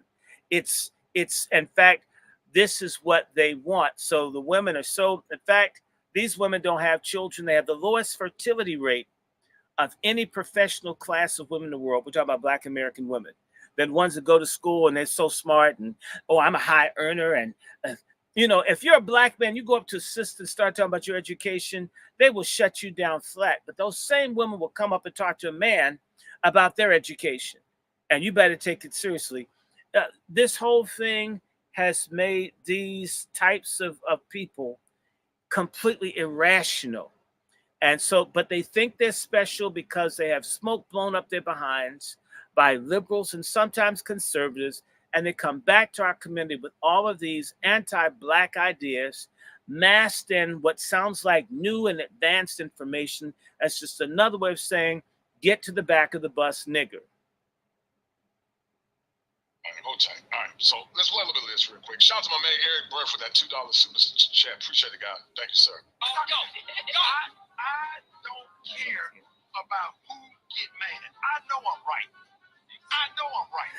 Y'all need to stop. Do y'all realize Medgar Evers died for voting rights? All these people that have risked their lives from slavery up into the civil rights movement, just so we can have an opportunity to do what we do, to do what we can do. We ain't seen nothing like this since Barack Obama was running for president in 2008. And he didn't do nothing for us. Great John Lewis. Right. Gay John Lewis. Ralph Abernathy.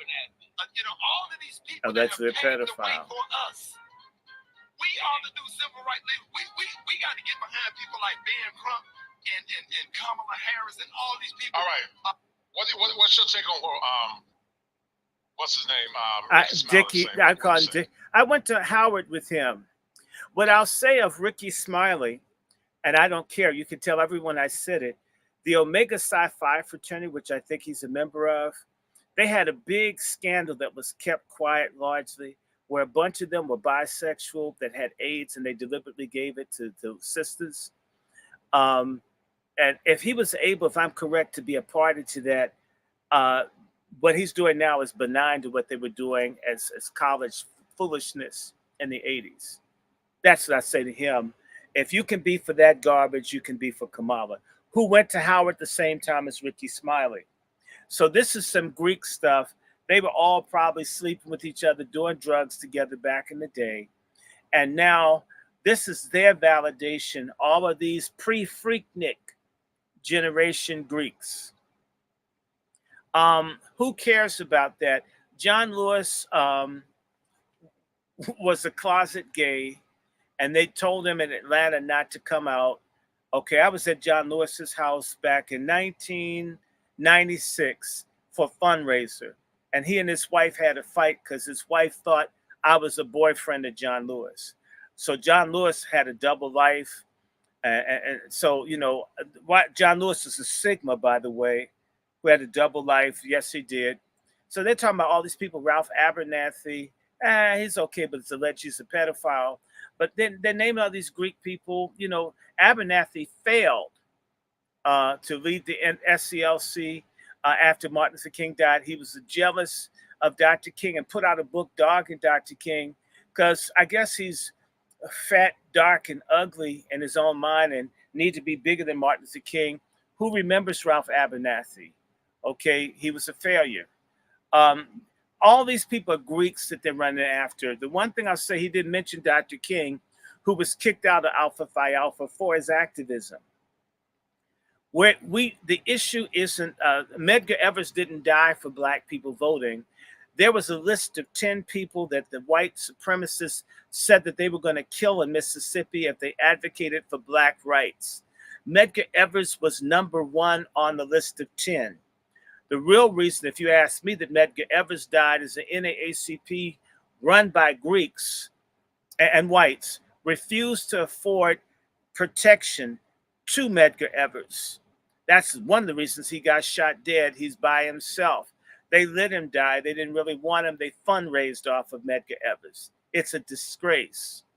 Ricky Smiley is a typical mediocre, smart but not intelligent black Greek that is connected, maybe because they did a little crazy sex and drug rituals and they've got some kind of bond. But he's not interesting to listen to. It sounds like he has something in his throat. I hope it's not male reproductive fluid. There's something wrong with him. He's not funny. He's not smart. He doesn't contribute anything to black people. And who cares? We're sick and tired of these people. Everywhere you look, it's the same type of shallow black people. What's his name? Not Gordon, but the guy, light-skinned dude that looked like a beluga whale that was on the radio for years, that everybody listened to. Come on. You know, you listen to the black radio. He used to come on all the time. He's light-skinned. He looks strange, from Alabama. Come on, man. You don't know who I'm talking about. He had you said from Alabama? Tom Joyner. It's like these kind of people who never really did shit other than tell black people to vote Democratic and do dumb stuff, clowning. They didn't really build up the community. That is not the role of the Boule. The Boule is to keep us, to be Judas Goat's leaders, to lead us to the slaughter, and they survive. You know, the Judas Goat, the sheep won't go in and get their heads cut off. They had to get a small hoofed animal that the sheep trust. So you get a Judas Goat. And what the Judas Goat does is it leads the sheep up to where their head will get cut off. And there's a little door that the goat cuts aside to, and the other sheep go into the slaughter. That is the role of the Boule. This is what Ricky is doing. This is what they're all doing. And in reality, the sick thing, the same way we're being asked to recognize Kamala Harris because she's got skin color, that she's black, we recognize the Boule as legit and black leadership and black success, and because they're brown, but they're not for us. Our crime is being shallow and not being substantive. And therefore we can be led by wicked people who are also shallow. The Bible says the blind leading the blind, they both end up in the ditch. And a ditch could be a mass grave, and that's where we're headed. Well, we're definitely headed for a mass grave, but we don't stem the tide. I don't see us stemming the tide in this lifetime because sadly, you got a lot of preachers that don't preach or amplify the gospel. They don't tell people the truth. And instead of being honest and being forthright and telling the truth, they continue to create the same chaos that they complain about. Well, so, that's because the money is on chaos. Right. Look, black leadership, or what masquerades as black leadership, is problem maintenance, not problem solution. They're just like the doctors. They like when you have a chronic illness, they don't heal you. They keep you taking insulin instead of healing your diabetes. These people keep you black and miserable, and they help maintain you, keep giving you false hope that one day we're going to get just a really white liberal like Lincoln or Kennedy that love black people, and he's going to make everything, or there's going to be a black man or a black woman or someone. And they don't really, I mean, some of the stuff we could solve ourselves. You have to ask yourself why someone like you isn't head of an entire school district. Why I'm not. Why I'm not a principal or teacher. And I need to tell you, it's all Boule people. The mayor of DC is Boule. I bet you the mayor of Baltimore is Boule. I bet you the mayor of Baltimore is Boule. And if they're not Boule, they're run by them, they're Prince Hall Mason or they're Eastern Star, or they're under the influence of them. These people are not for success. Black people being rescued and transformed would make their position irrelevant. Okay, it's like the hydrogen car. If you create hydrogen or water-powered cars, you destroy the oil and gas industry. They'll start killing people before that change. These people are basically parasites. They're like gigantic Afrocentric tapeworms inside of the black body, sucking us dry. And we're either going to have to take a wormer pill and have it fall out our behind like a dog, or we're going to die of malnutrition, and that's what's going on now. You know, there are a lot of black men that are voting for, well, we talked about it in part, but a lot of black men resonate with Trump. Some would say that he's more or less like a maverick from yesterday, somewhat of the paragon of masculinity. Would you agree with that in part? Well, if nothing else, Donald Trump, uh, love him or hate him, Donald Trump fights for what at least he believes in for that moment. They haven't been able to break him. So he's like a white political John Henry. You got to give him his props. They've come after him. Of course, they've done everything to break him, and it hasn't quite worked. Yeah, that part is true.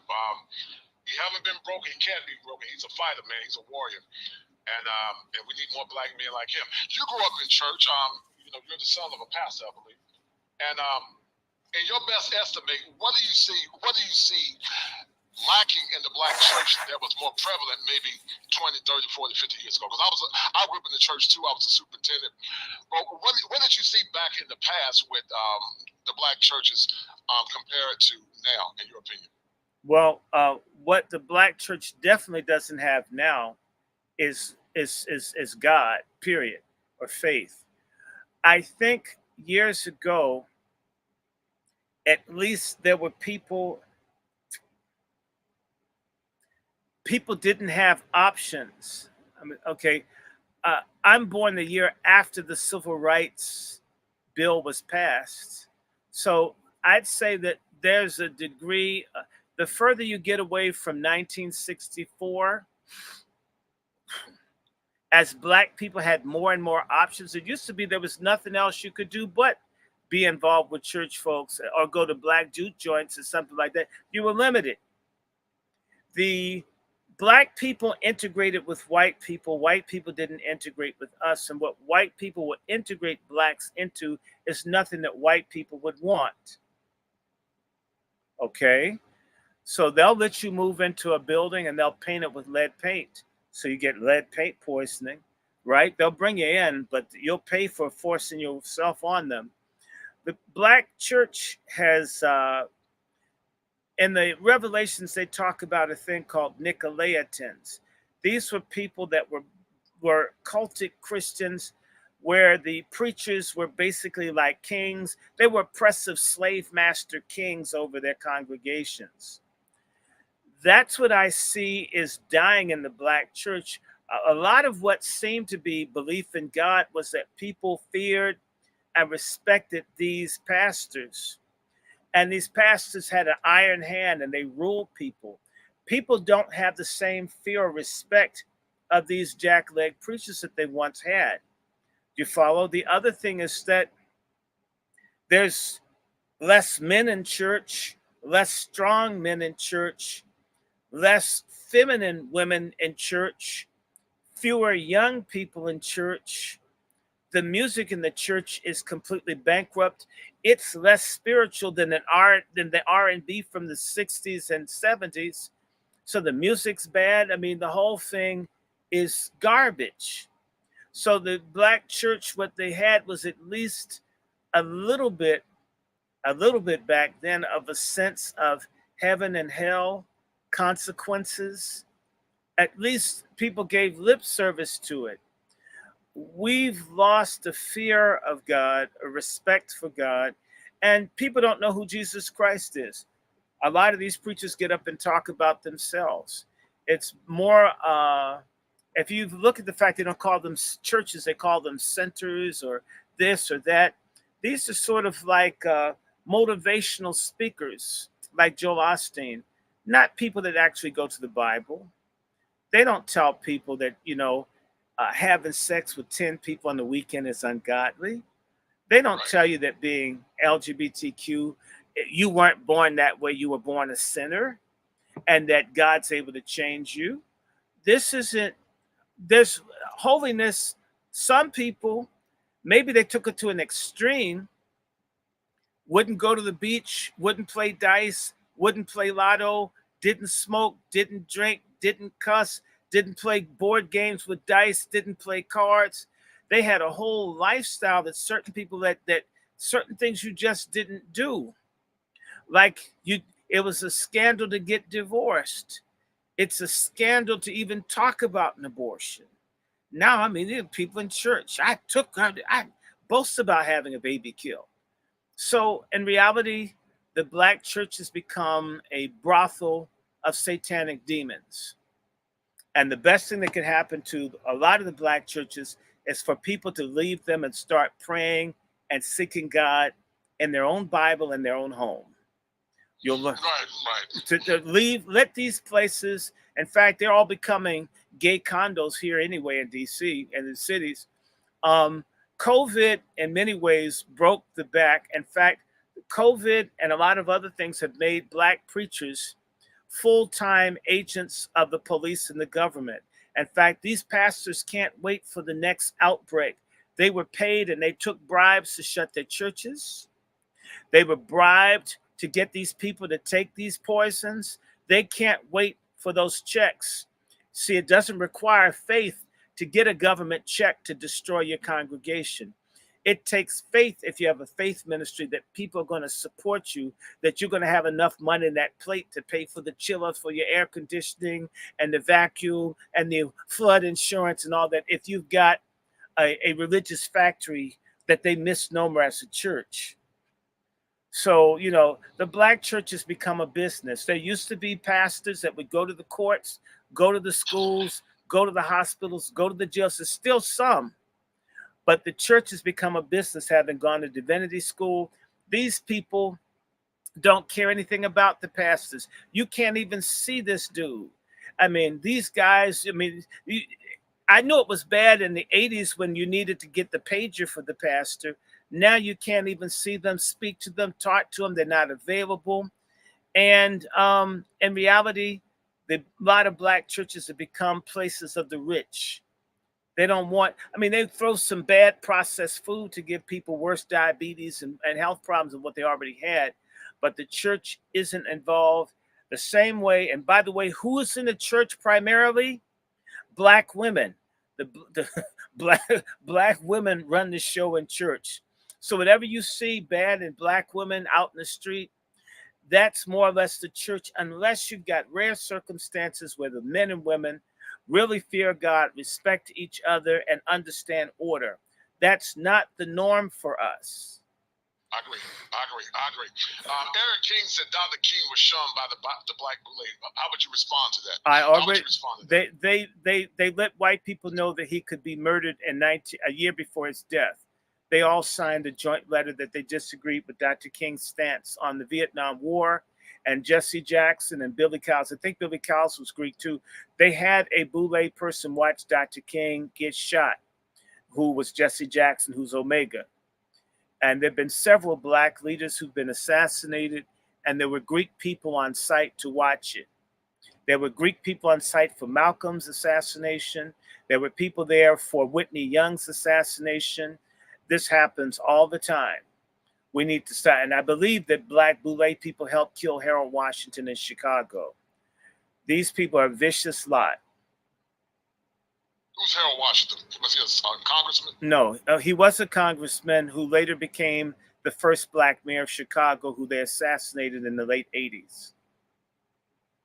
Right. Okay, all right, hold tight. Let's play a number one split. Hold tight, dog. Out here that's doing like Roland Martin and all of these people that's out here, Joy Reid. If you want to be educated, if you really want to know the truth, all you got to do is turn to MSNBC and watch Joy Reid, and she gonna give you a whole history lesson every night on MSNBC, and then after that, Rachel Maddow. All you gotta do is just watch it. And it's not opinion, it's facts. Don't do this right here. Yeah, don't be on the internet doing Kamala Harris like that. Yeah. I don't care what issue you got with black women. Your mama's a black woman. How about that? Let's start there. All right, so this current matriarchy that we have, your mom is black, which is another Trojan horse, in my opinion, ball on by liberal Democrats or liberals in general. It's a Trojan horse. You know, you talked about it earlier. We don't have masculinity in our homes and in our communities anymore. But the Trojan horse of the Democrats and your mama is black. What's your take on that? What's your take on this nonsense about every time black men begin to stand up, they say your mom is black? That's black men's fault. I was talking to a young woman in Chicago, and I told her I want to marry a woman that may be 30. I'm 59. I'm not marrying some old, dried up on the inside woman. I'm going to marry a younger woman able to have children. And this broad started bitching. And I says, it's my dick, not yours. What do I care about your opinion? Now, when a woman gets a younger man, oh, that's how viral and virile she is. When a man, see, black men spend too much time negotiating and trying to get along. To hell with what women think. Women don't care about what men think. If they've got tattoos on their eyeballs and it looks ugly and they've got these ugly hairdos, no matter what men think, they're going to do it. Black men run around. It's interesting. We've got our roles reversed. The black men run after women all the time, baking and doing cakes and shit, trying to get women's approval. And women used to bitch about this. Men would do this with when sexism was in.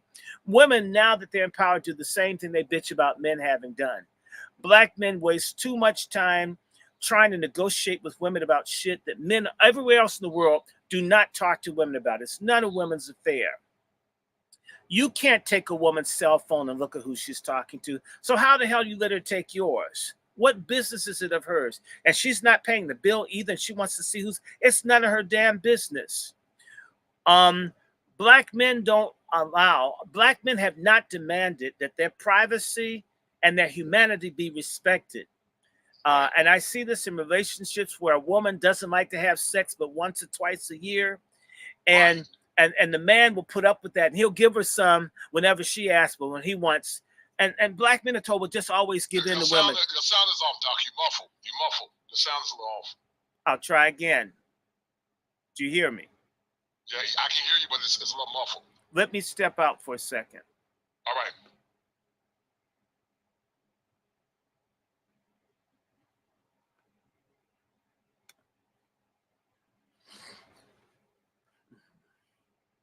So anyway, we're having this conversation, and you know I don't care.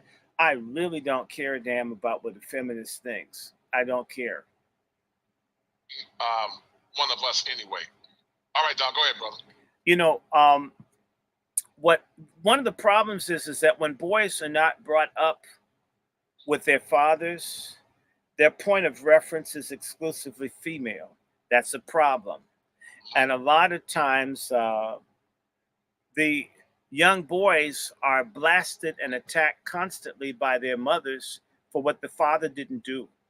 There are a lot of black men that walk around with black male guilt.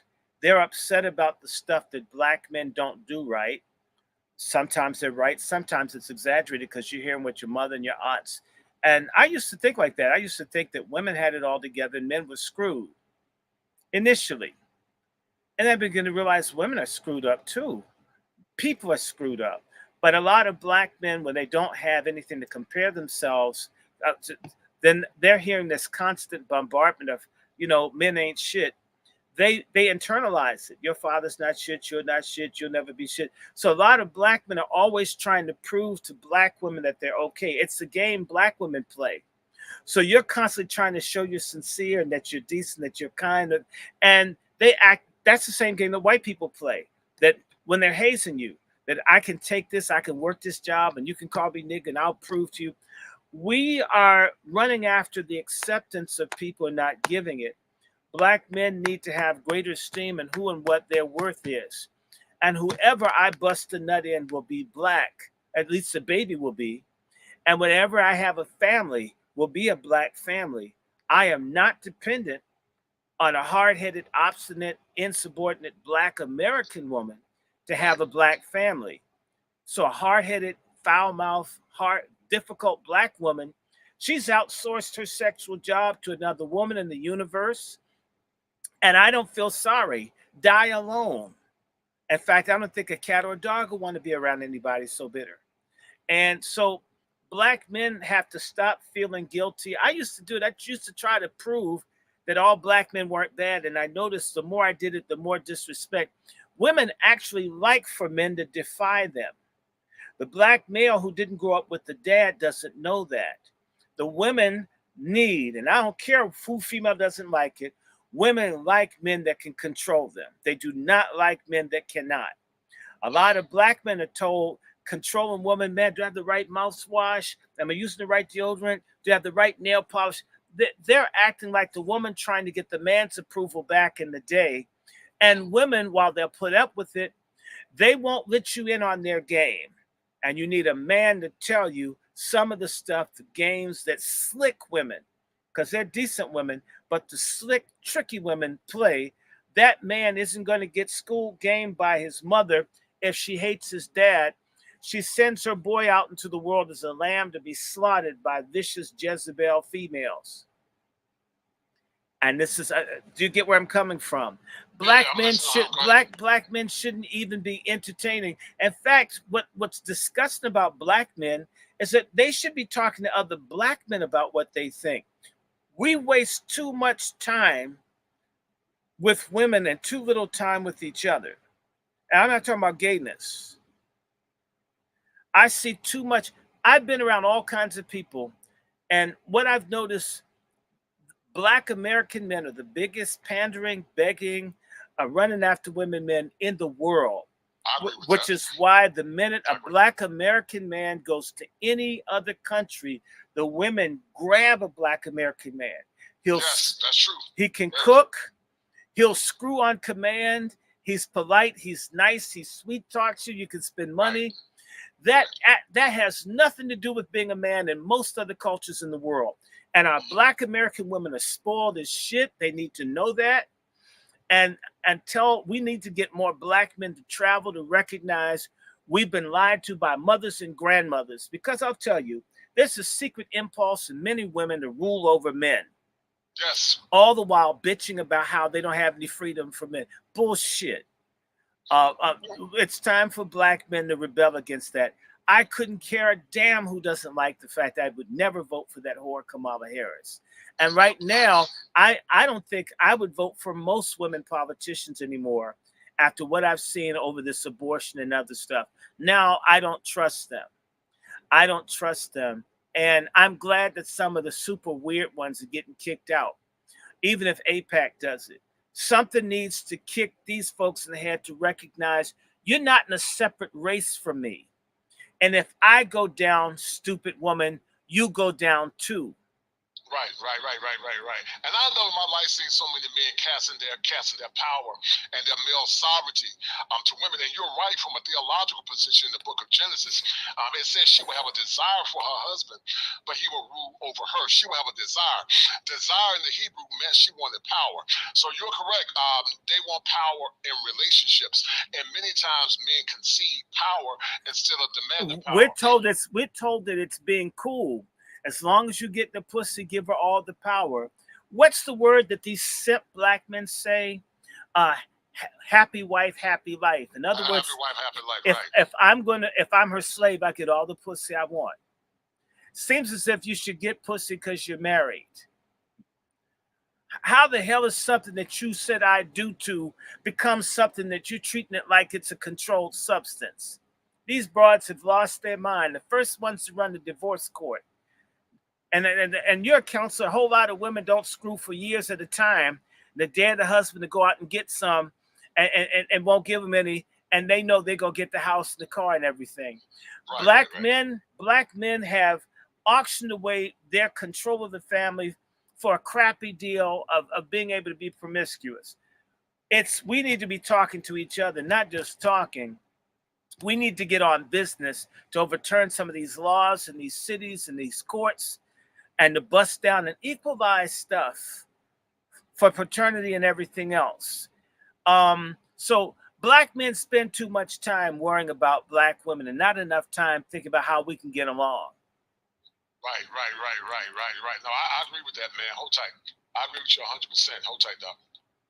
Ricky Smiley, I love you, but crying on the radio for Kamala Harris, my brother, that's an all-time low.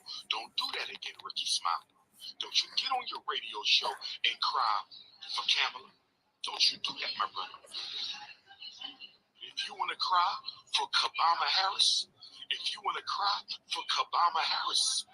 you do that in the privacy of your house. But if we're going to be honest, Steve Harvey and Ricky Smiley, and I love you both, no hate to my big brothers, but if we're going to be honest, Ricky Smiley and Steve Harvey, y'all only carried on because y'all got paid to carry on.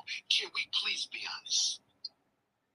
They offered me $10K for an interview with Kamala Harris. I don't want your money, but we can definitely do the interview. They offer me $10K for an interview with Kamala Harris. Yes, we can do the interview. Keep your damn money. King Kong consciousness ain't for sale. I'm one of the real ones. Silverback Garvey Gorilla. All right, so many black politicians or black people in general, the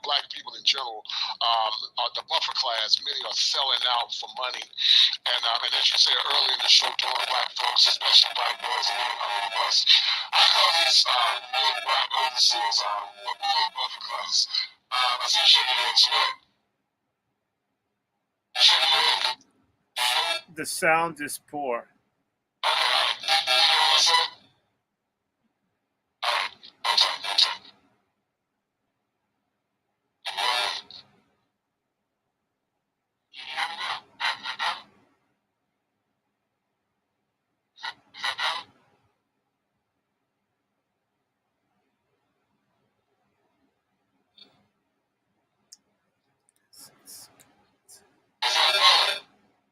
No.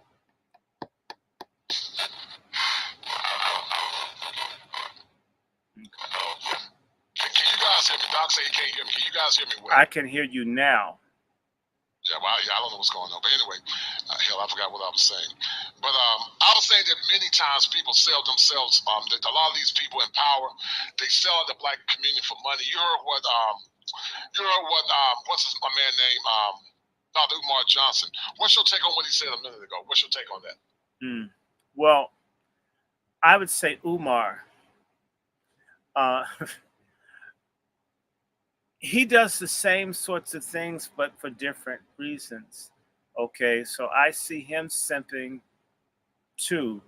I just don't give a lot of attention to him, and he's talking about how much he loves these people. To me, that's weak. I shouldn't have to apologize or explain because you want to be on their platform at some point. Either you stand or you don't stand. So to me, that was weak. And he's everywhere and all over the place and everything to everybody. So, okay, he said it.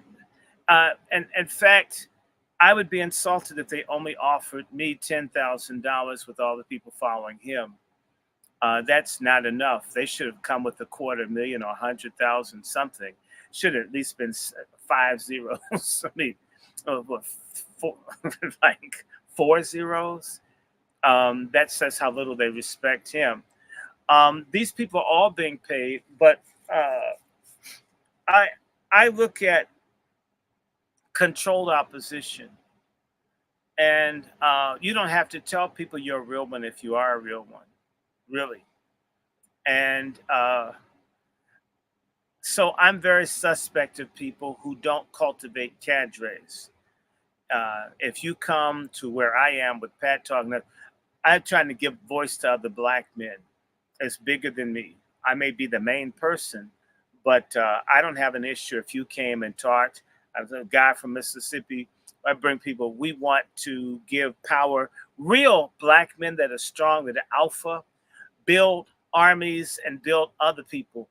I haven't seen Umar build a cadre. It's all about him. Okay.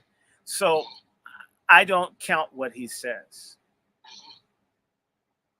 even if it's right. I mean, you've been out here all these years. Where's the group? Where's the movement? You're on every issue, every time you're on. It's controlled opposition. So I don't respect that either. I stand on what I had to say, and says a lot of stuff I agree with, but a lot of people say stuff we agree with. But what are you doing? And why do you have to express love for someone and how you love them? That to me is weak. Stand your ground. I mean, really. If he said something stupid and effeminate, call him out. Now, if you're friends to him, which to me is interesting, how are you going to be a Garvey nationalist and you're running with the Boule people, and the Boule people tried to destroy Garvey? You've got to have some absolutes. Ricky and them don't have and Umar doesn't have. Interesting. Hold tight. That's interesting. Interesting. You were talking about Roland Martin earlier on your show, I believe. You were saying something about Roland Martin. What's your point of contention with Roland Martin, Doc? You were talking about him earlier. What's your point of contention with him? Roland Martin, the same way that Roland Martin was willing to steal presidential debate questions to help Hillary Clinton, you would do that for a white person, but you can't open your mouth for reparations for black people. I don't risk, and he's Haitian, and he's trained by white supremacists, Project 21. He's a plant. He's failed at, he may be a rich man, but he almost destroyed the Chicago Defender. He's constantly been kicked upstairs like Kamala Harris, but they don't need him anymore. And he's crying and begging to be in good graces back in white television, where you have enough money, make your own thing, build your, you've got the resources to do it. But you see, it won't be any good if it's black. The white man's ice is colder. He's a slave. He will always be a slave. He will also be someone I'm looking at cross-eyed. He was trained at a white supremacist type religious seminary down in Louisiana. And he's supposedly a preacher, and you run around dancing, and you're constantly promoting LGBTQ type people, and you're supposedly a man of God. Okay. Nope. No particular value for me. I call him Rollover Martin. I question his Christianity. I question his manhood. I question his integrity. I question his relevance to black people. And he's deeply disliked by thinking grassroots people. This will grow. He lives out in Ashburton. If you've ever seen the picture where the white man is playing like he's palming his behind on the golf course, a black man that would let a white man play around his buttocks is someone I can't trust or respect. And you think that's fun that you got a golf club between your legs like it's a penis with white men playing behind your behind. If you would do that on camera, what would you do off? When did he do this? It's up on the internet. There's a picture of Roland Martin with this white dude behind like he's going to slap that ass. I mean, you play like that. I used to see that in the university, the black guys who were mascots with white dudes, and the white guys got to get off all their fantasies about black men's penises and anatomy, and the black guy says, but they like me. I mean, you would never let a black man play around your behind like that in public. Maybe Roland would, but most people wouldn't. That's what I have to say. Damn Roland Martin, and I'll keep saying it. Go ahead, Doc. Go ahead. You good? I didn't want to come across you. You good?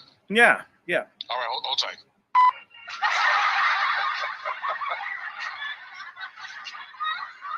Somebody get Roland Martin. We gonna get let's put a neck on layaway for this. This has no neck. You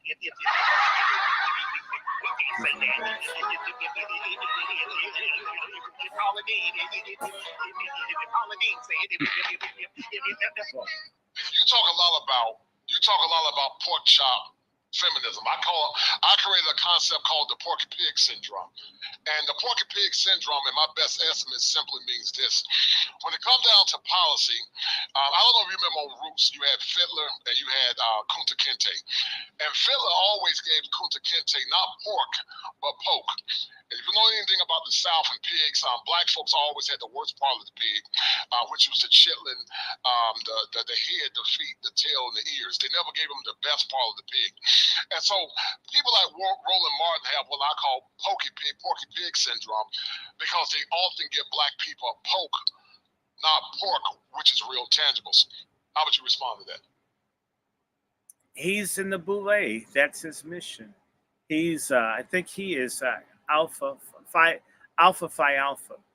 I mean, they all do the same thing. You keep seeing it. If you really start looking, you see someone that's on bullshit, that's not offering anything. They're always in the divine swine.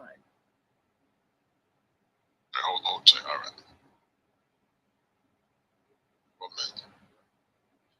All right. to what Brother Malcolm was saying years ago. Malcolm X talked. Let me run this real quick. Hold on.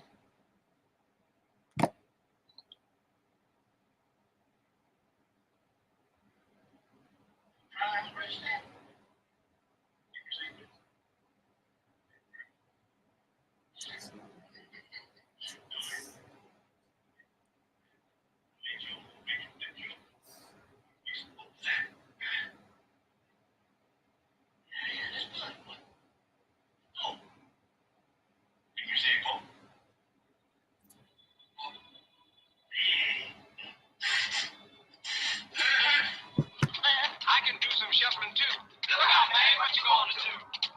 It's coming through. Yeah, man. Yeah, man. Boy, you got educated feet. Boy, I practice all the time. Here's one I set up all night trying to do. Get this.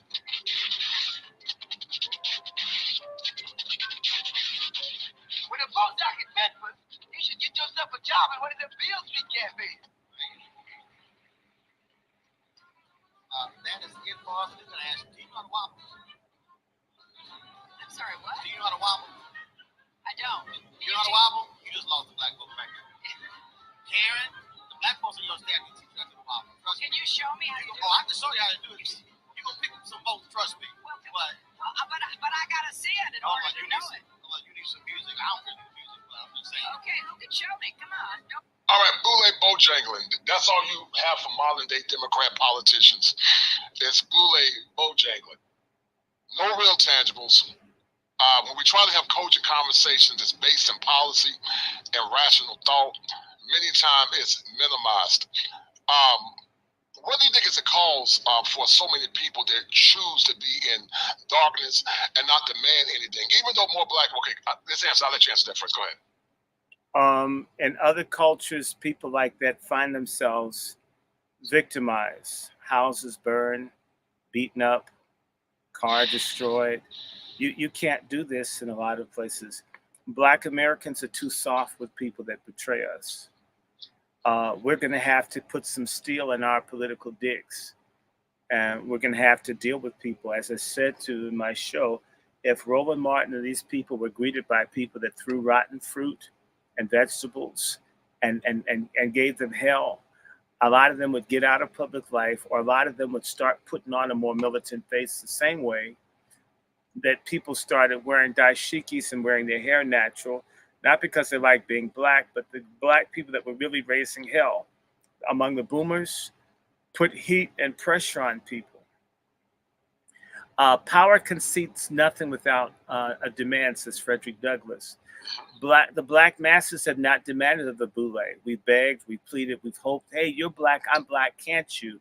How about Roland Martin? We're going to roll 1,000 deep on your house with bats and torches if you don't stop doing that shit on your show. I bet you that would rock his world to that many people. He'd have to call his people, right? He'd have to call his Alpha Phi Alpha people. And we'd go to whoever came to his house. If anybody supports Roland Martin, we're going to get you. Let me remind you, in Montgomery, as much as people don't want to talk about it, blacks stayed off the buses because they're folks that would put their foot in people's asses if they got on the bus. In New York, for the omnibus company that wouldn't hire blacks, same thing. When they were boycotting Con Edison in the 40s, if you cut your light on, you'd have a brick thrown to your window. See, in our community, when you betray and hurt us, normally we ignore it. Oh, well, they need it. I feel, I hurt. It's individualism trumps the collective until we make people pay for betraying the collective and hurt people where they really say, God, I wish I hadn't done this. There's no consequence. In fact, what the black masses and a lot of other so-called legitimate black people have done is said there's no consequence to selling out black people. You can hurt them, you can destroy them, and there's nothing.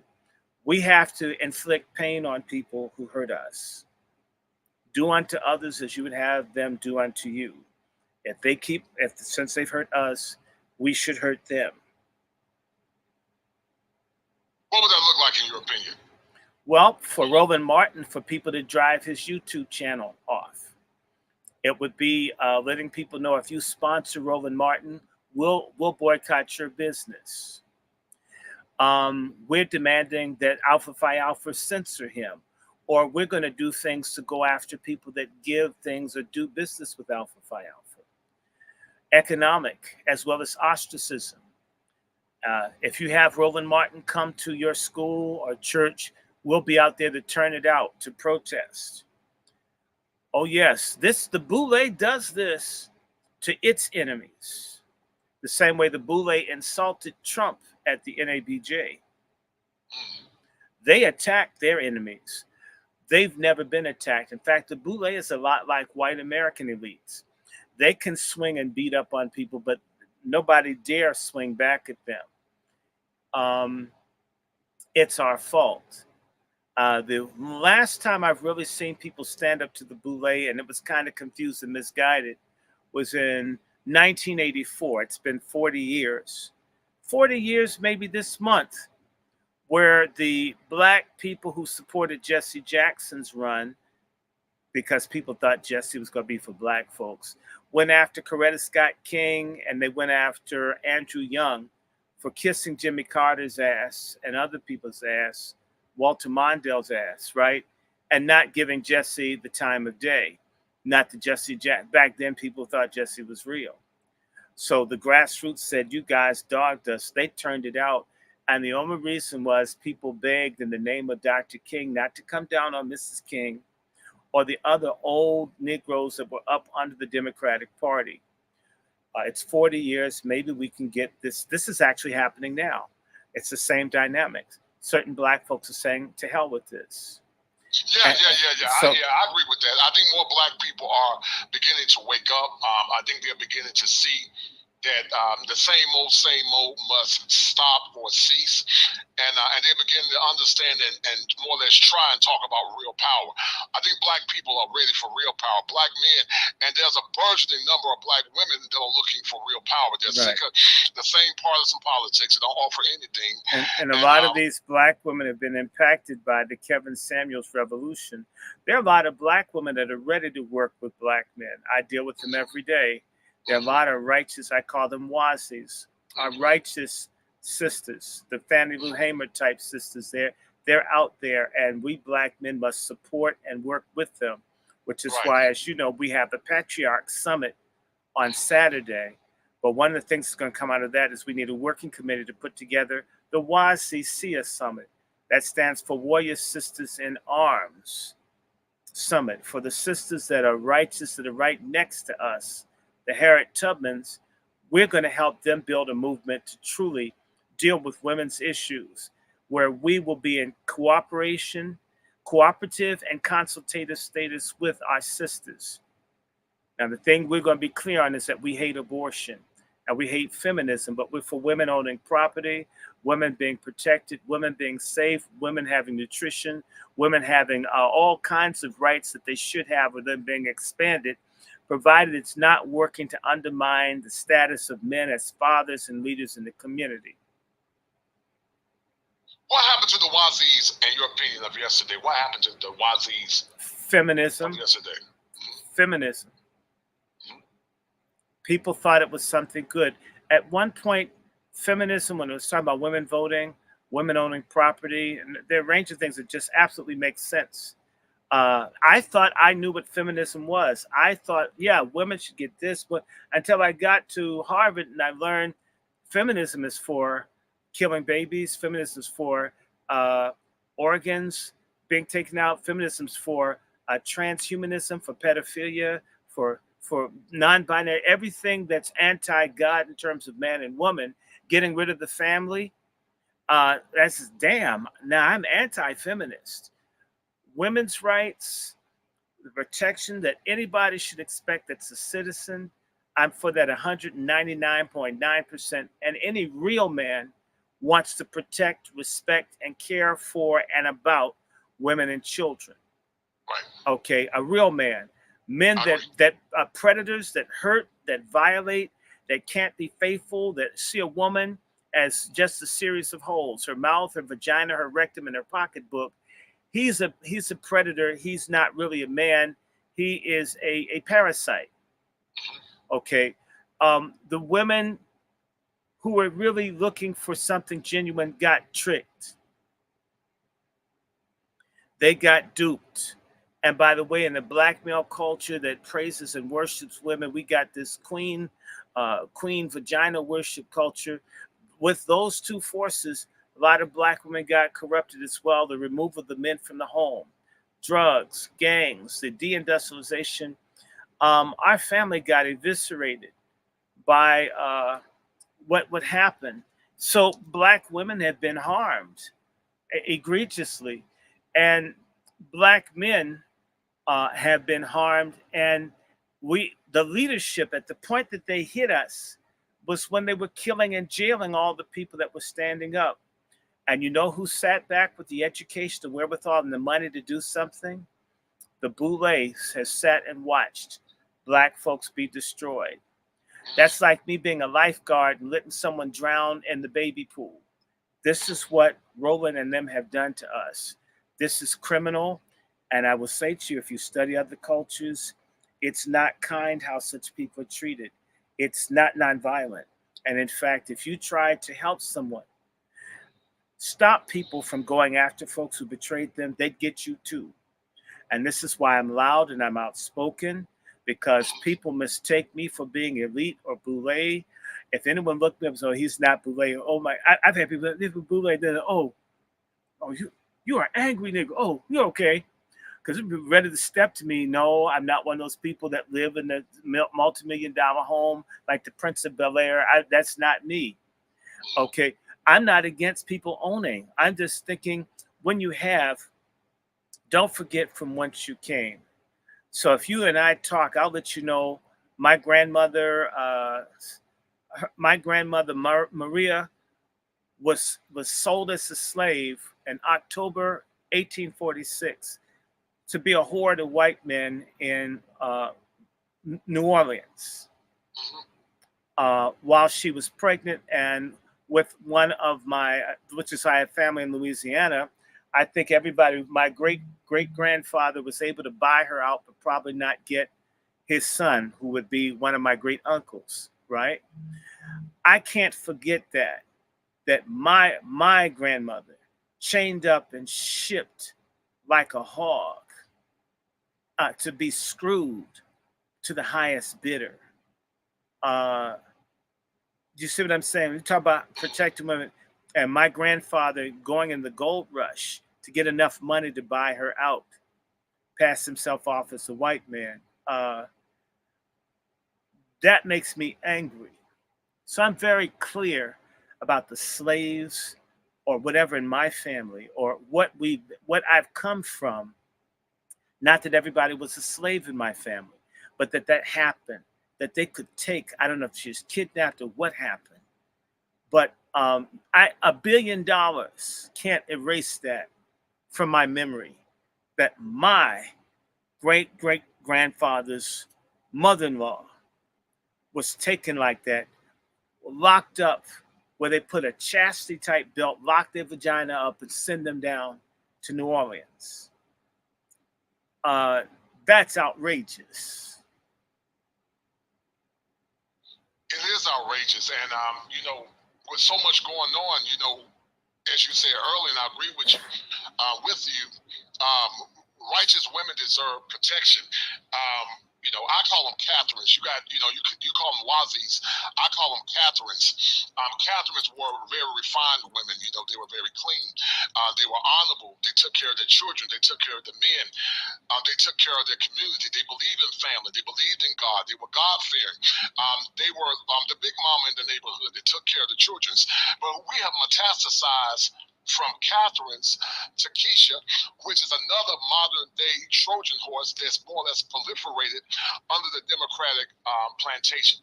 And Malcolm X said it, and Ron James said a modern feminist would sacrifice the survival of her husband and children for her temporary happiness. And I agree with that. Listen to what Malcolm said real quick. Baseball players. Show me in the white community where a comedian is a white leader. Show me in the white community where a singer is a white leader, or a dancer or a trumpet player is a white leader. These aren't leaders. These are puppets and clowns that have been set up over the white community or over the black community by the white community, and have been made celebrities, and usually say exactly what they know that the white man wants to hear. Yeah, that's who I was thinking about. Yep. Damn. I wonder if she's a man. Is she a woman for real? Yeah, she's a woman. As far You as I know, sure? she is.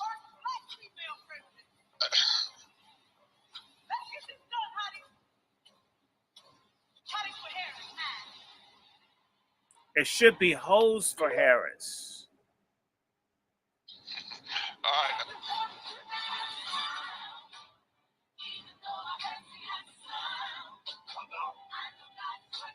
I just told you a little while ago. So these are Trojan horses. You know, the Meg Thee Stallions, these liberal gospel singers like Kirk Franklin, and also the Joe Osteen, the Creflo Dollars, and the T.D. Jakes of the world. They are part of the Trojan horses under Obama and Harris, because you don't see modern black preachers. Well, the majority of them preaching that. You don't see the majority of black preachers like the top tier ones like Creflo, Joel Osteen, Jakes, preaching against sin consistently. How would you respond to that? Yeah, well, the Bible says that the good shepherd lays his life down for the sheep. The hireling does it for money. These people in this, they're hustlers. TD, as I say, take Dick's Jakes is in it for the money. And I think I believe he's a deviant man.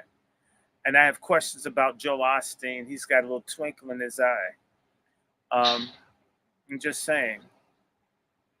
And even Kamala Harris's vice presidential, he holds his jaw like he's been like doing BJs. Maybe he did a BJ on the horse. Probably milked it. I don't know. It's just really, really, really. These people don't. If you really believe in God, you're in it for the souls of people. Nothing wrong with being able to get resources to take care of yourself if you're doing the ministry of the church. But it's absolutely vile for the church to become a business. The church as a body of the people, not the religious real estate. And they've got the game fucked up, pardon my language. The game is not about buildings and pipe organs and spires and parking lots and campuses and elevators and family life centers. It's about the saving of souls and teaching the gospel of the birth, death, and resurrection of Jesus Christ, and doing justice and mercy and being an advocate for widows, orphans, and for the poor, to the pain of death.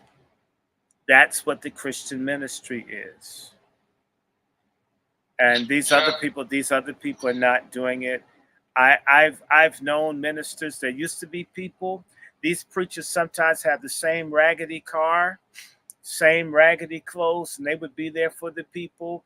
In fact, I always bring the point, when you see the preachers and the bright red robes, the actual color is magenta, that those robes are symbolic in color.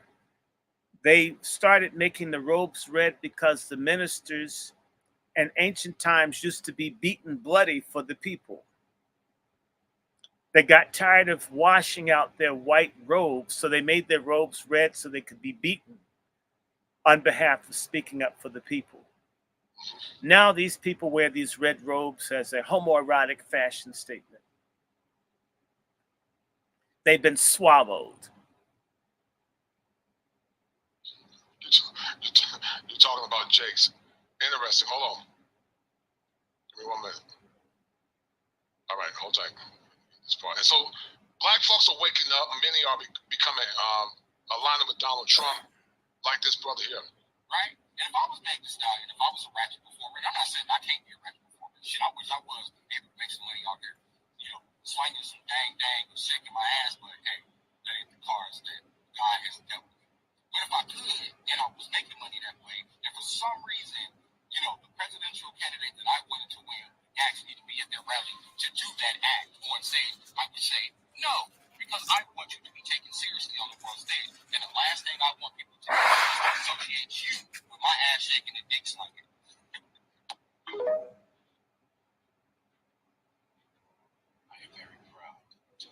I can't hear that at all, whatever he's saying. Okay, don't worry about it. I'll speed it up. Hold tight. This is Bakari Sellers crying. Did you see Bakari Sellers crying? He's a cousin of mine, unfortunately. Oh, really? It's unfortunate. My grandmother is Marie Sellers. Okay, it's a very small world, isn't it? It is a small world. I totally agree. Hold tight. Damn.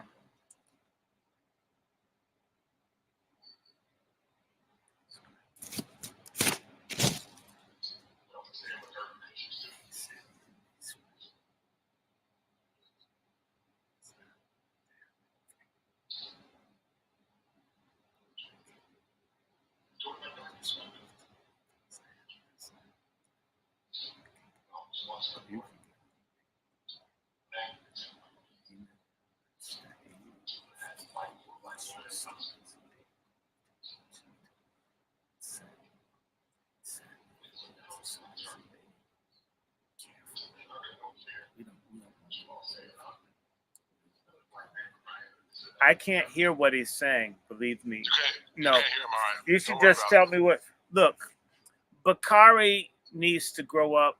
He got busted for a DUI. Go ahead. He got busted on a DUI a few years ago, and that basically tanked his political career in South Carolina.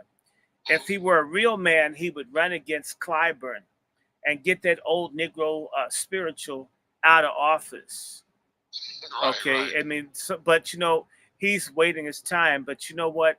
It's not going to work because Clyburn's going to put his daughter in there. You got to fight for something. You can't. You got to. Sometimes you have to break eggs to get scrambled eggs. You got to break the shell to eat a boiled egg. No matter how it is, if you're going to eat the contents of an egg, you must break the shell. Right. Right. No, I totally agree. I agree with you 100%. What are you seeing from Black folks in your area in DC? What are you seeing from Black people as it relates to protests and speaking out and loud about the things in DC? What are you seeing? My neighborhood has been so heavily gentrified. What I see when I go outside are rainbow flags. I don't see a lot of Black. I see some homeless people. I see people begging. I see some Black folks trying to buy some drugs, I don't see much. I don't see that. DC is the most gentrified, has had the most intense gentrification of all cities in America. So I don't see Black people doing stuff, and if I do, they tend to be either gay or in some white liberal or communistic type thing that's off code. So when I normally see that, I go in another direction. I can't hear you again. No.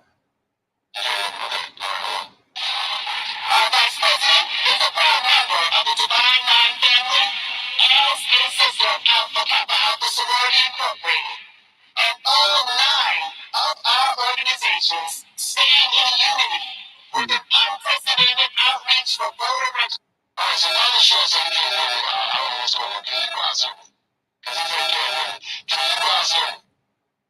No.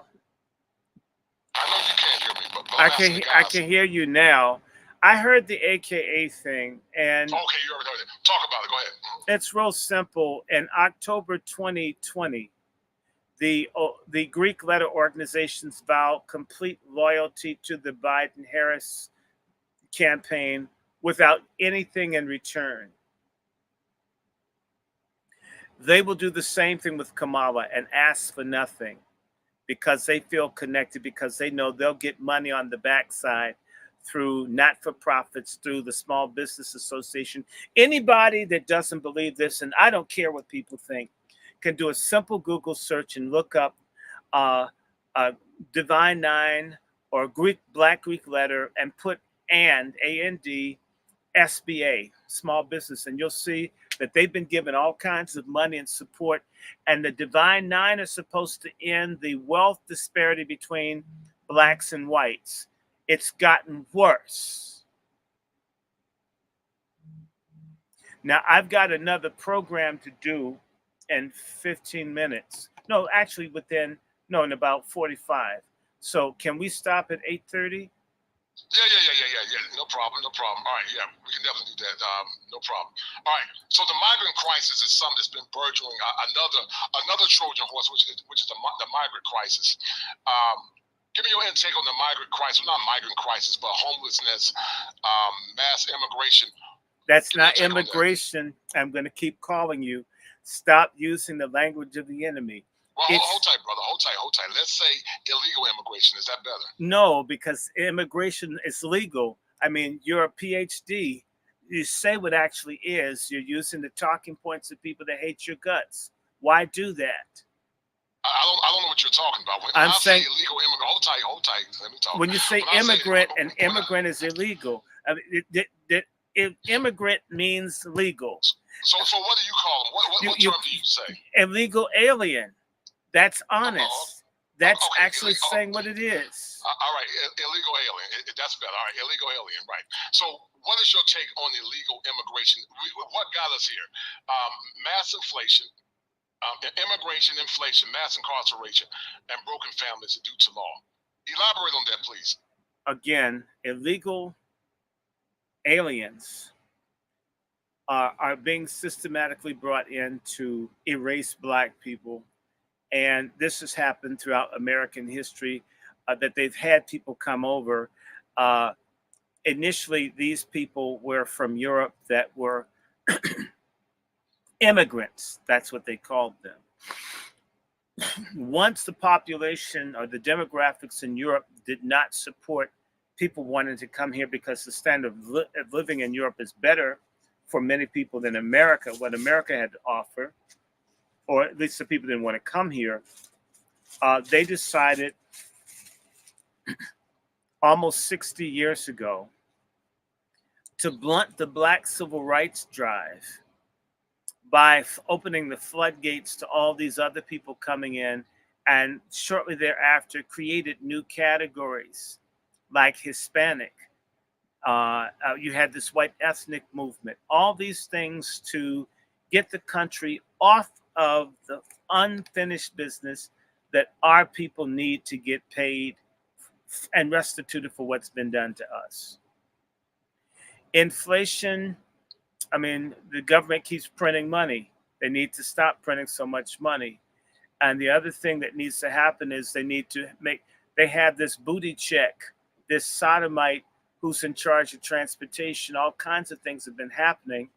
In particular, the Biden and them drove up inflation because cheap energy, which is the heartbeat of any industrial society, they made the price of energy go through the ceiling. That made the price of food. They're the ones that crashed it. They did it on purpose.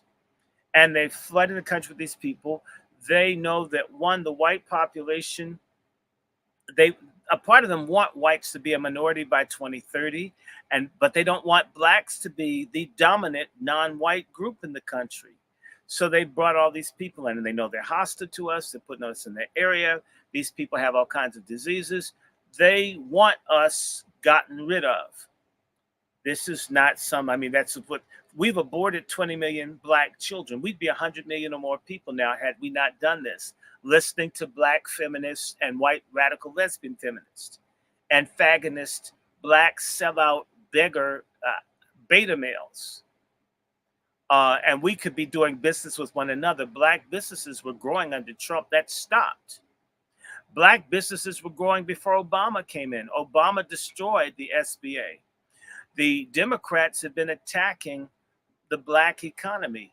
Obama, who was Biden's mentor, I guess, they allowed trillions of dollars in real estate to leave the hands of Black people. There's been a war against us, an economic war going all the way back to the 1600s, and it takes different courses as this country devolves.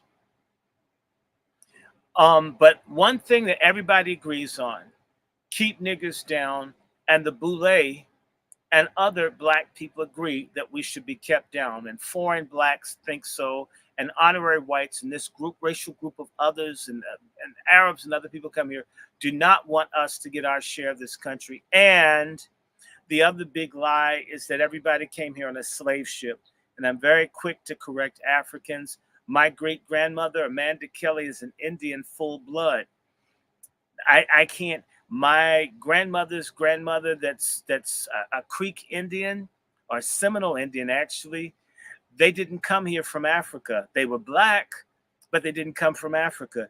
This is my land. It's our land and our labor because we're a people that are we're poly, we're a polyethnic blend of a people. This is our land and it's our labor that's been stolen. Everybody knows this, but the people, the Pan Africanists, these are Negroes on the left that want everybody to go back to Africa. Nobody gives up land. Nobody gives up 400 or 500 years of work. That's insane. Or you get these degenerates who, I mean, well, you can get your penis cut off. We'll give you $200,000 to cut your testicles off. We're being destroyed, and we're being destroyed from within and from without. We've got to cut our losses. The easiest battle that black people can have is to fight against traitors. In South Africa, when they knew they had to change the government from a crappy white government to at least a crappy black-looking government, was when the black South Africans began to deal with traitors. Any people that want to be free, clean house. If you want to have a party, you clean your house up before you bring people over, right? If we're going to move forward, we've got to deal with the scum in our ranks. We have to stop pretending everybody brown is cool. Floyd George is no hero of mine, or George, whatever the hell is in, the one that died with drugs with the knee on his neck. These people are a drag on our ability to free ourselves. And no people that want freedom allow this kind of garbage to go on unchecked. Interesting. Before you go, I know you got to go. Any closing comments before you leave? I know you got to go. Yes. I want everybody that likes this to, for the people in my group, my 50 so odd people, this is the Kosher Clinicians channel that I'm doing a talk with. Look him up, sign up, join him. And for all the people on the Kosher Clinicians channel, I'm Dr. Randy Short from the Angry Black Men's Book Club. We're doing a men's meeting on the 24th of August. That's next Saturday. Look up Patriarch Summit. We should have a few engaging speakers, and this is just the starting point of bringing real alpha black men with the heart of Malcolm X and the currency of Kevin Samuels, the morality and spirituality of Dr. King, and the forcefulness of Robert Williams and Nat Turner to the fore again, in partnership with the Ida B. Wells's types and the Harriet Tubman types of black women. And anybody that wants to support this can go to thepatriarchsummit.com. If you like to donate to at that, I'm Dr. Randy Short. $ Dr. Randy Short is a Cash App. On the patriarchsummit.com has our GoFundMe, and I have a Zelle and a PayPal, which is my personal email if you'd like to write me. I'm WRandyShort, all lowercase, at gmail.com. Again, WRandyShort at gmail.com. WRandyShort at gmail.com. $ Dr. Randy Short is the Cash App. It's also Dr. Randy Short Patreon. And my Zelle and PayPal at WRandyShort at gmail.com. I respond to serious people with questions. I also want to let everybody know, if you want to see a show, at 9 o'clock, we are doing a show called Black Dicks Matter, Prostate Cancer and the Black Men, at 9 o'clock on the Angry Black Men's Book Club. This is why I have to leave you so rapidly. I'll be on with a brother who's been working with prostate cancer in Mississippi, and a NASA scientist by the name of Mother Azima Kennedy, who's been helping me deal with my stage 4 prostate cancer. Pray for me, and we'll see each other again. It's been wonderful, and let's keep doing this. And Mr. Smallwood, Dr. Smallwood, you need to be a guest on my platform soon. All right. I appreciate it, brother. Thank you, sir. You're welcome. Thank you for your kindness, Bye-bye. man. All right. Be good. Take care. Okay, guys. I got to stop, but I want to thank everybody. I got to get ready. I need a snack, but we're going to do Black Dicks Matter.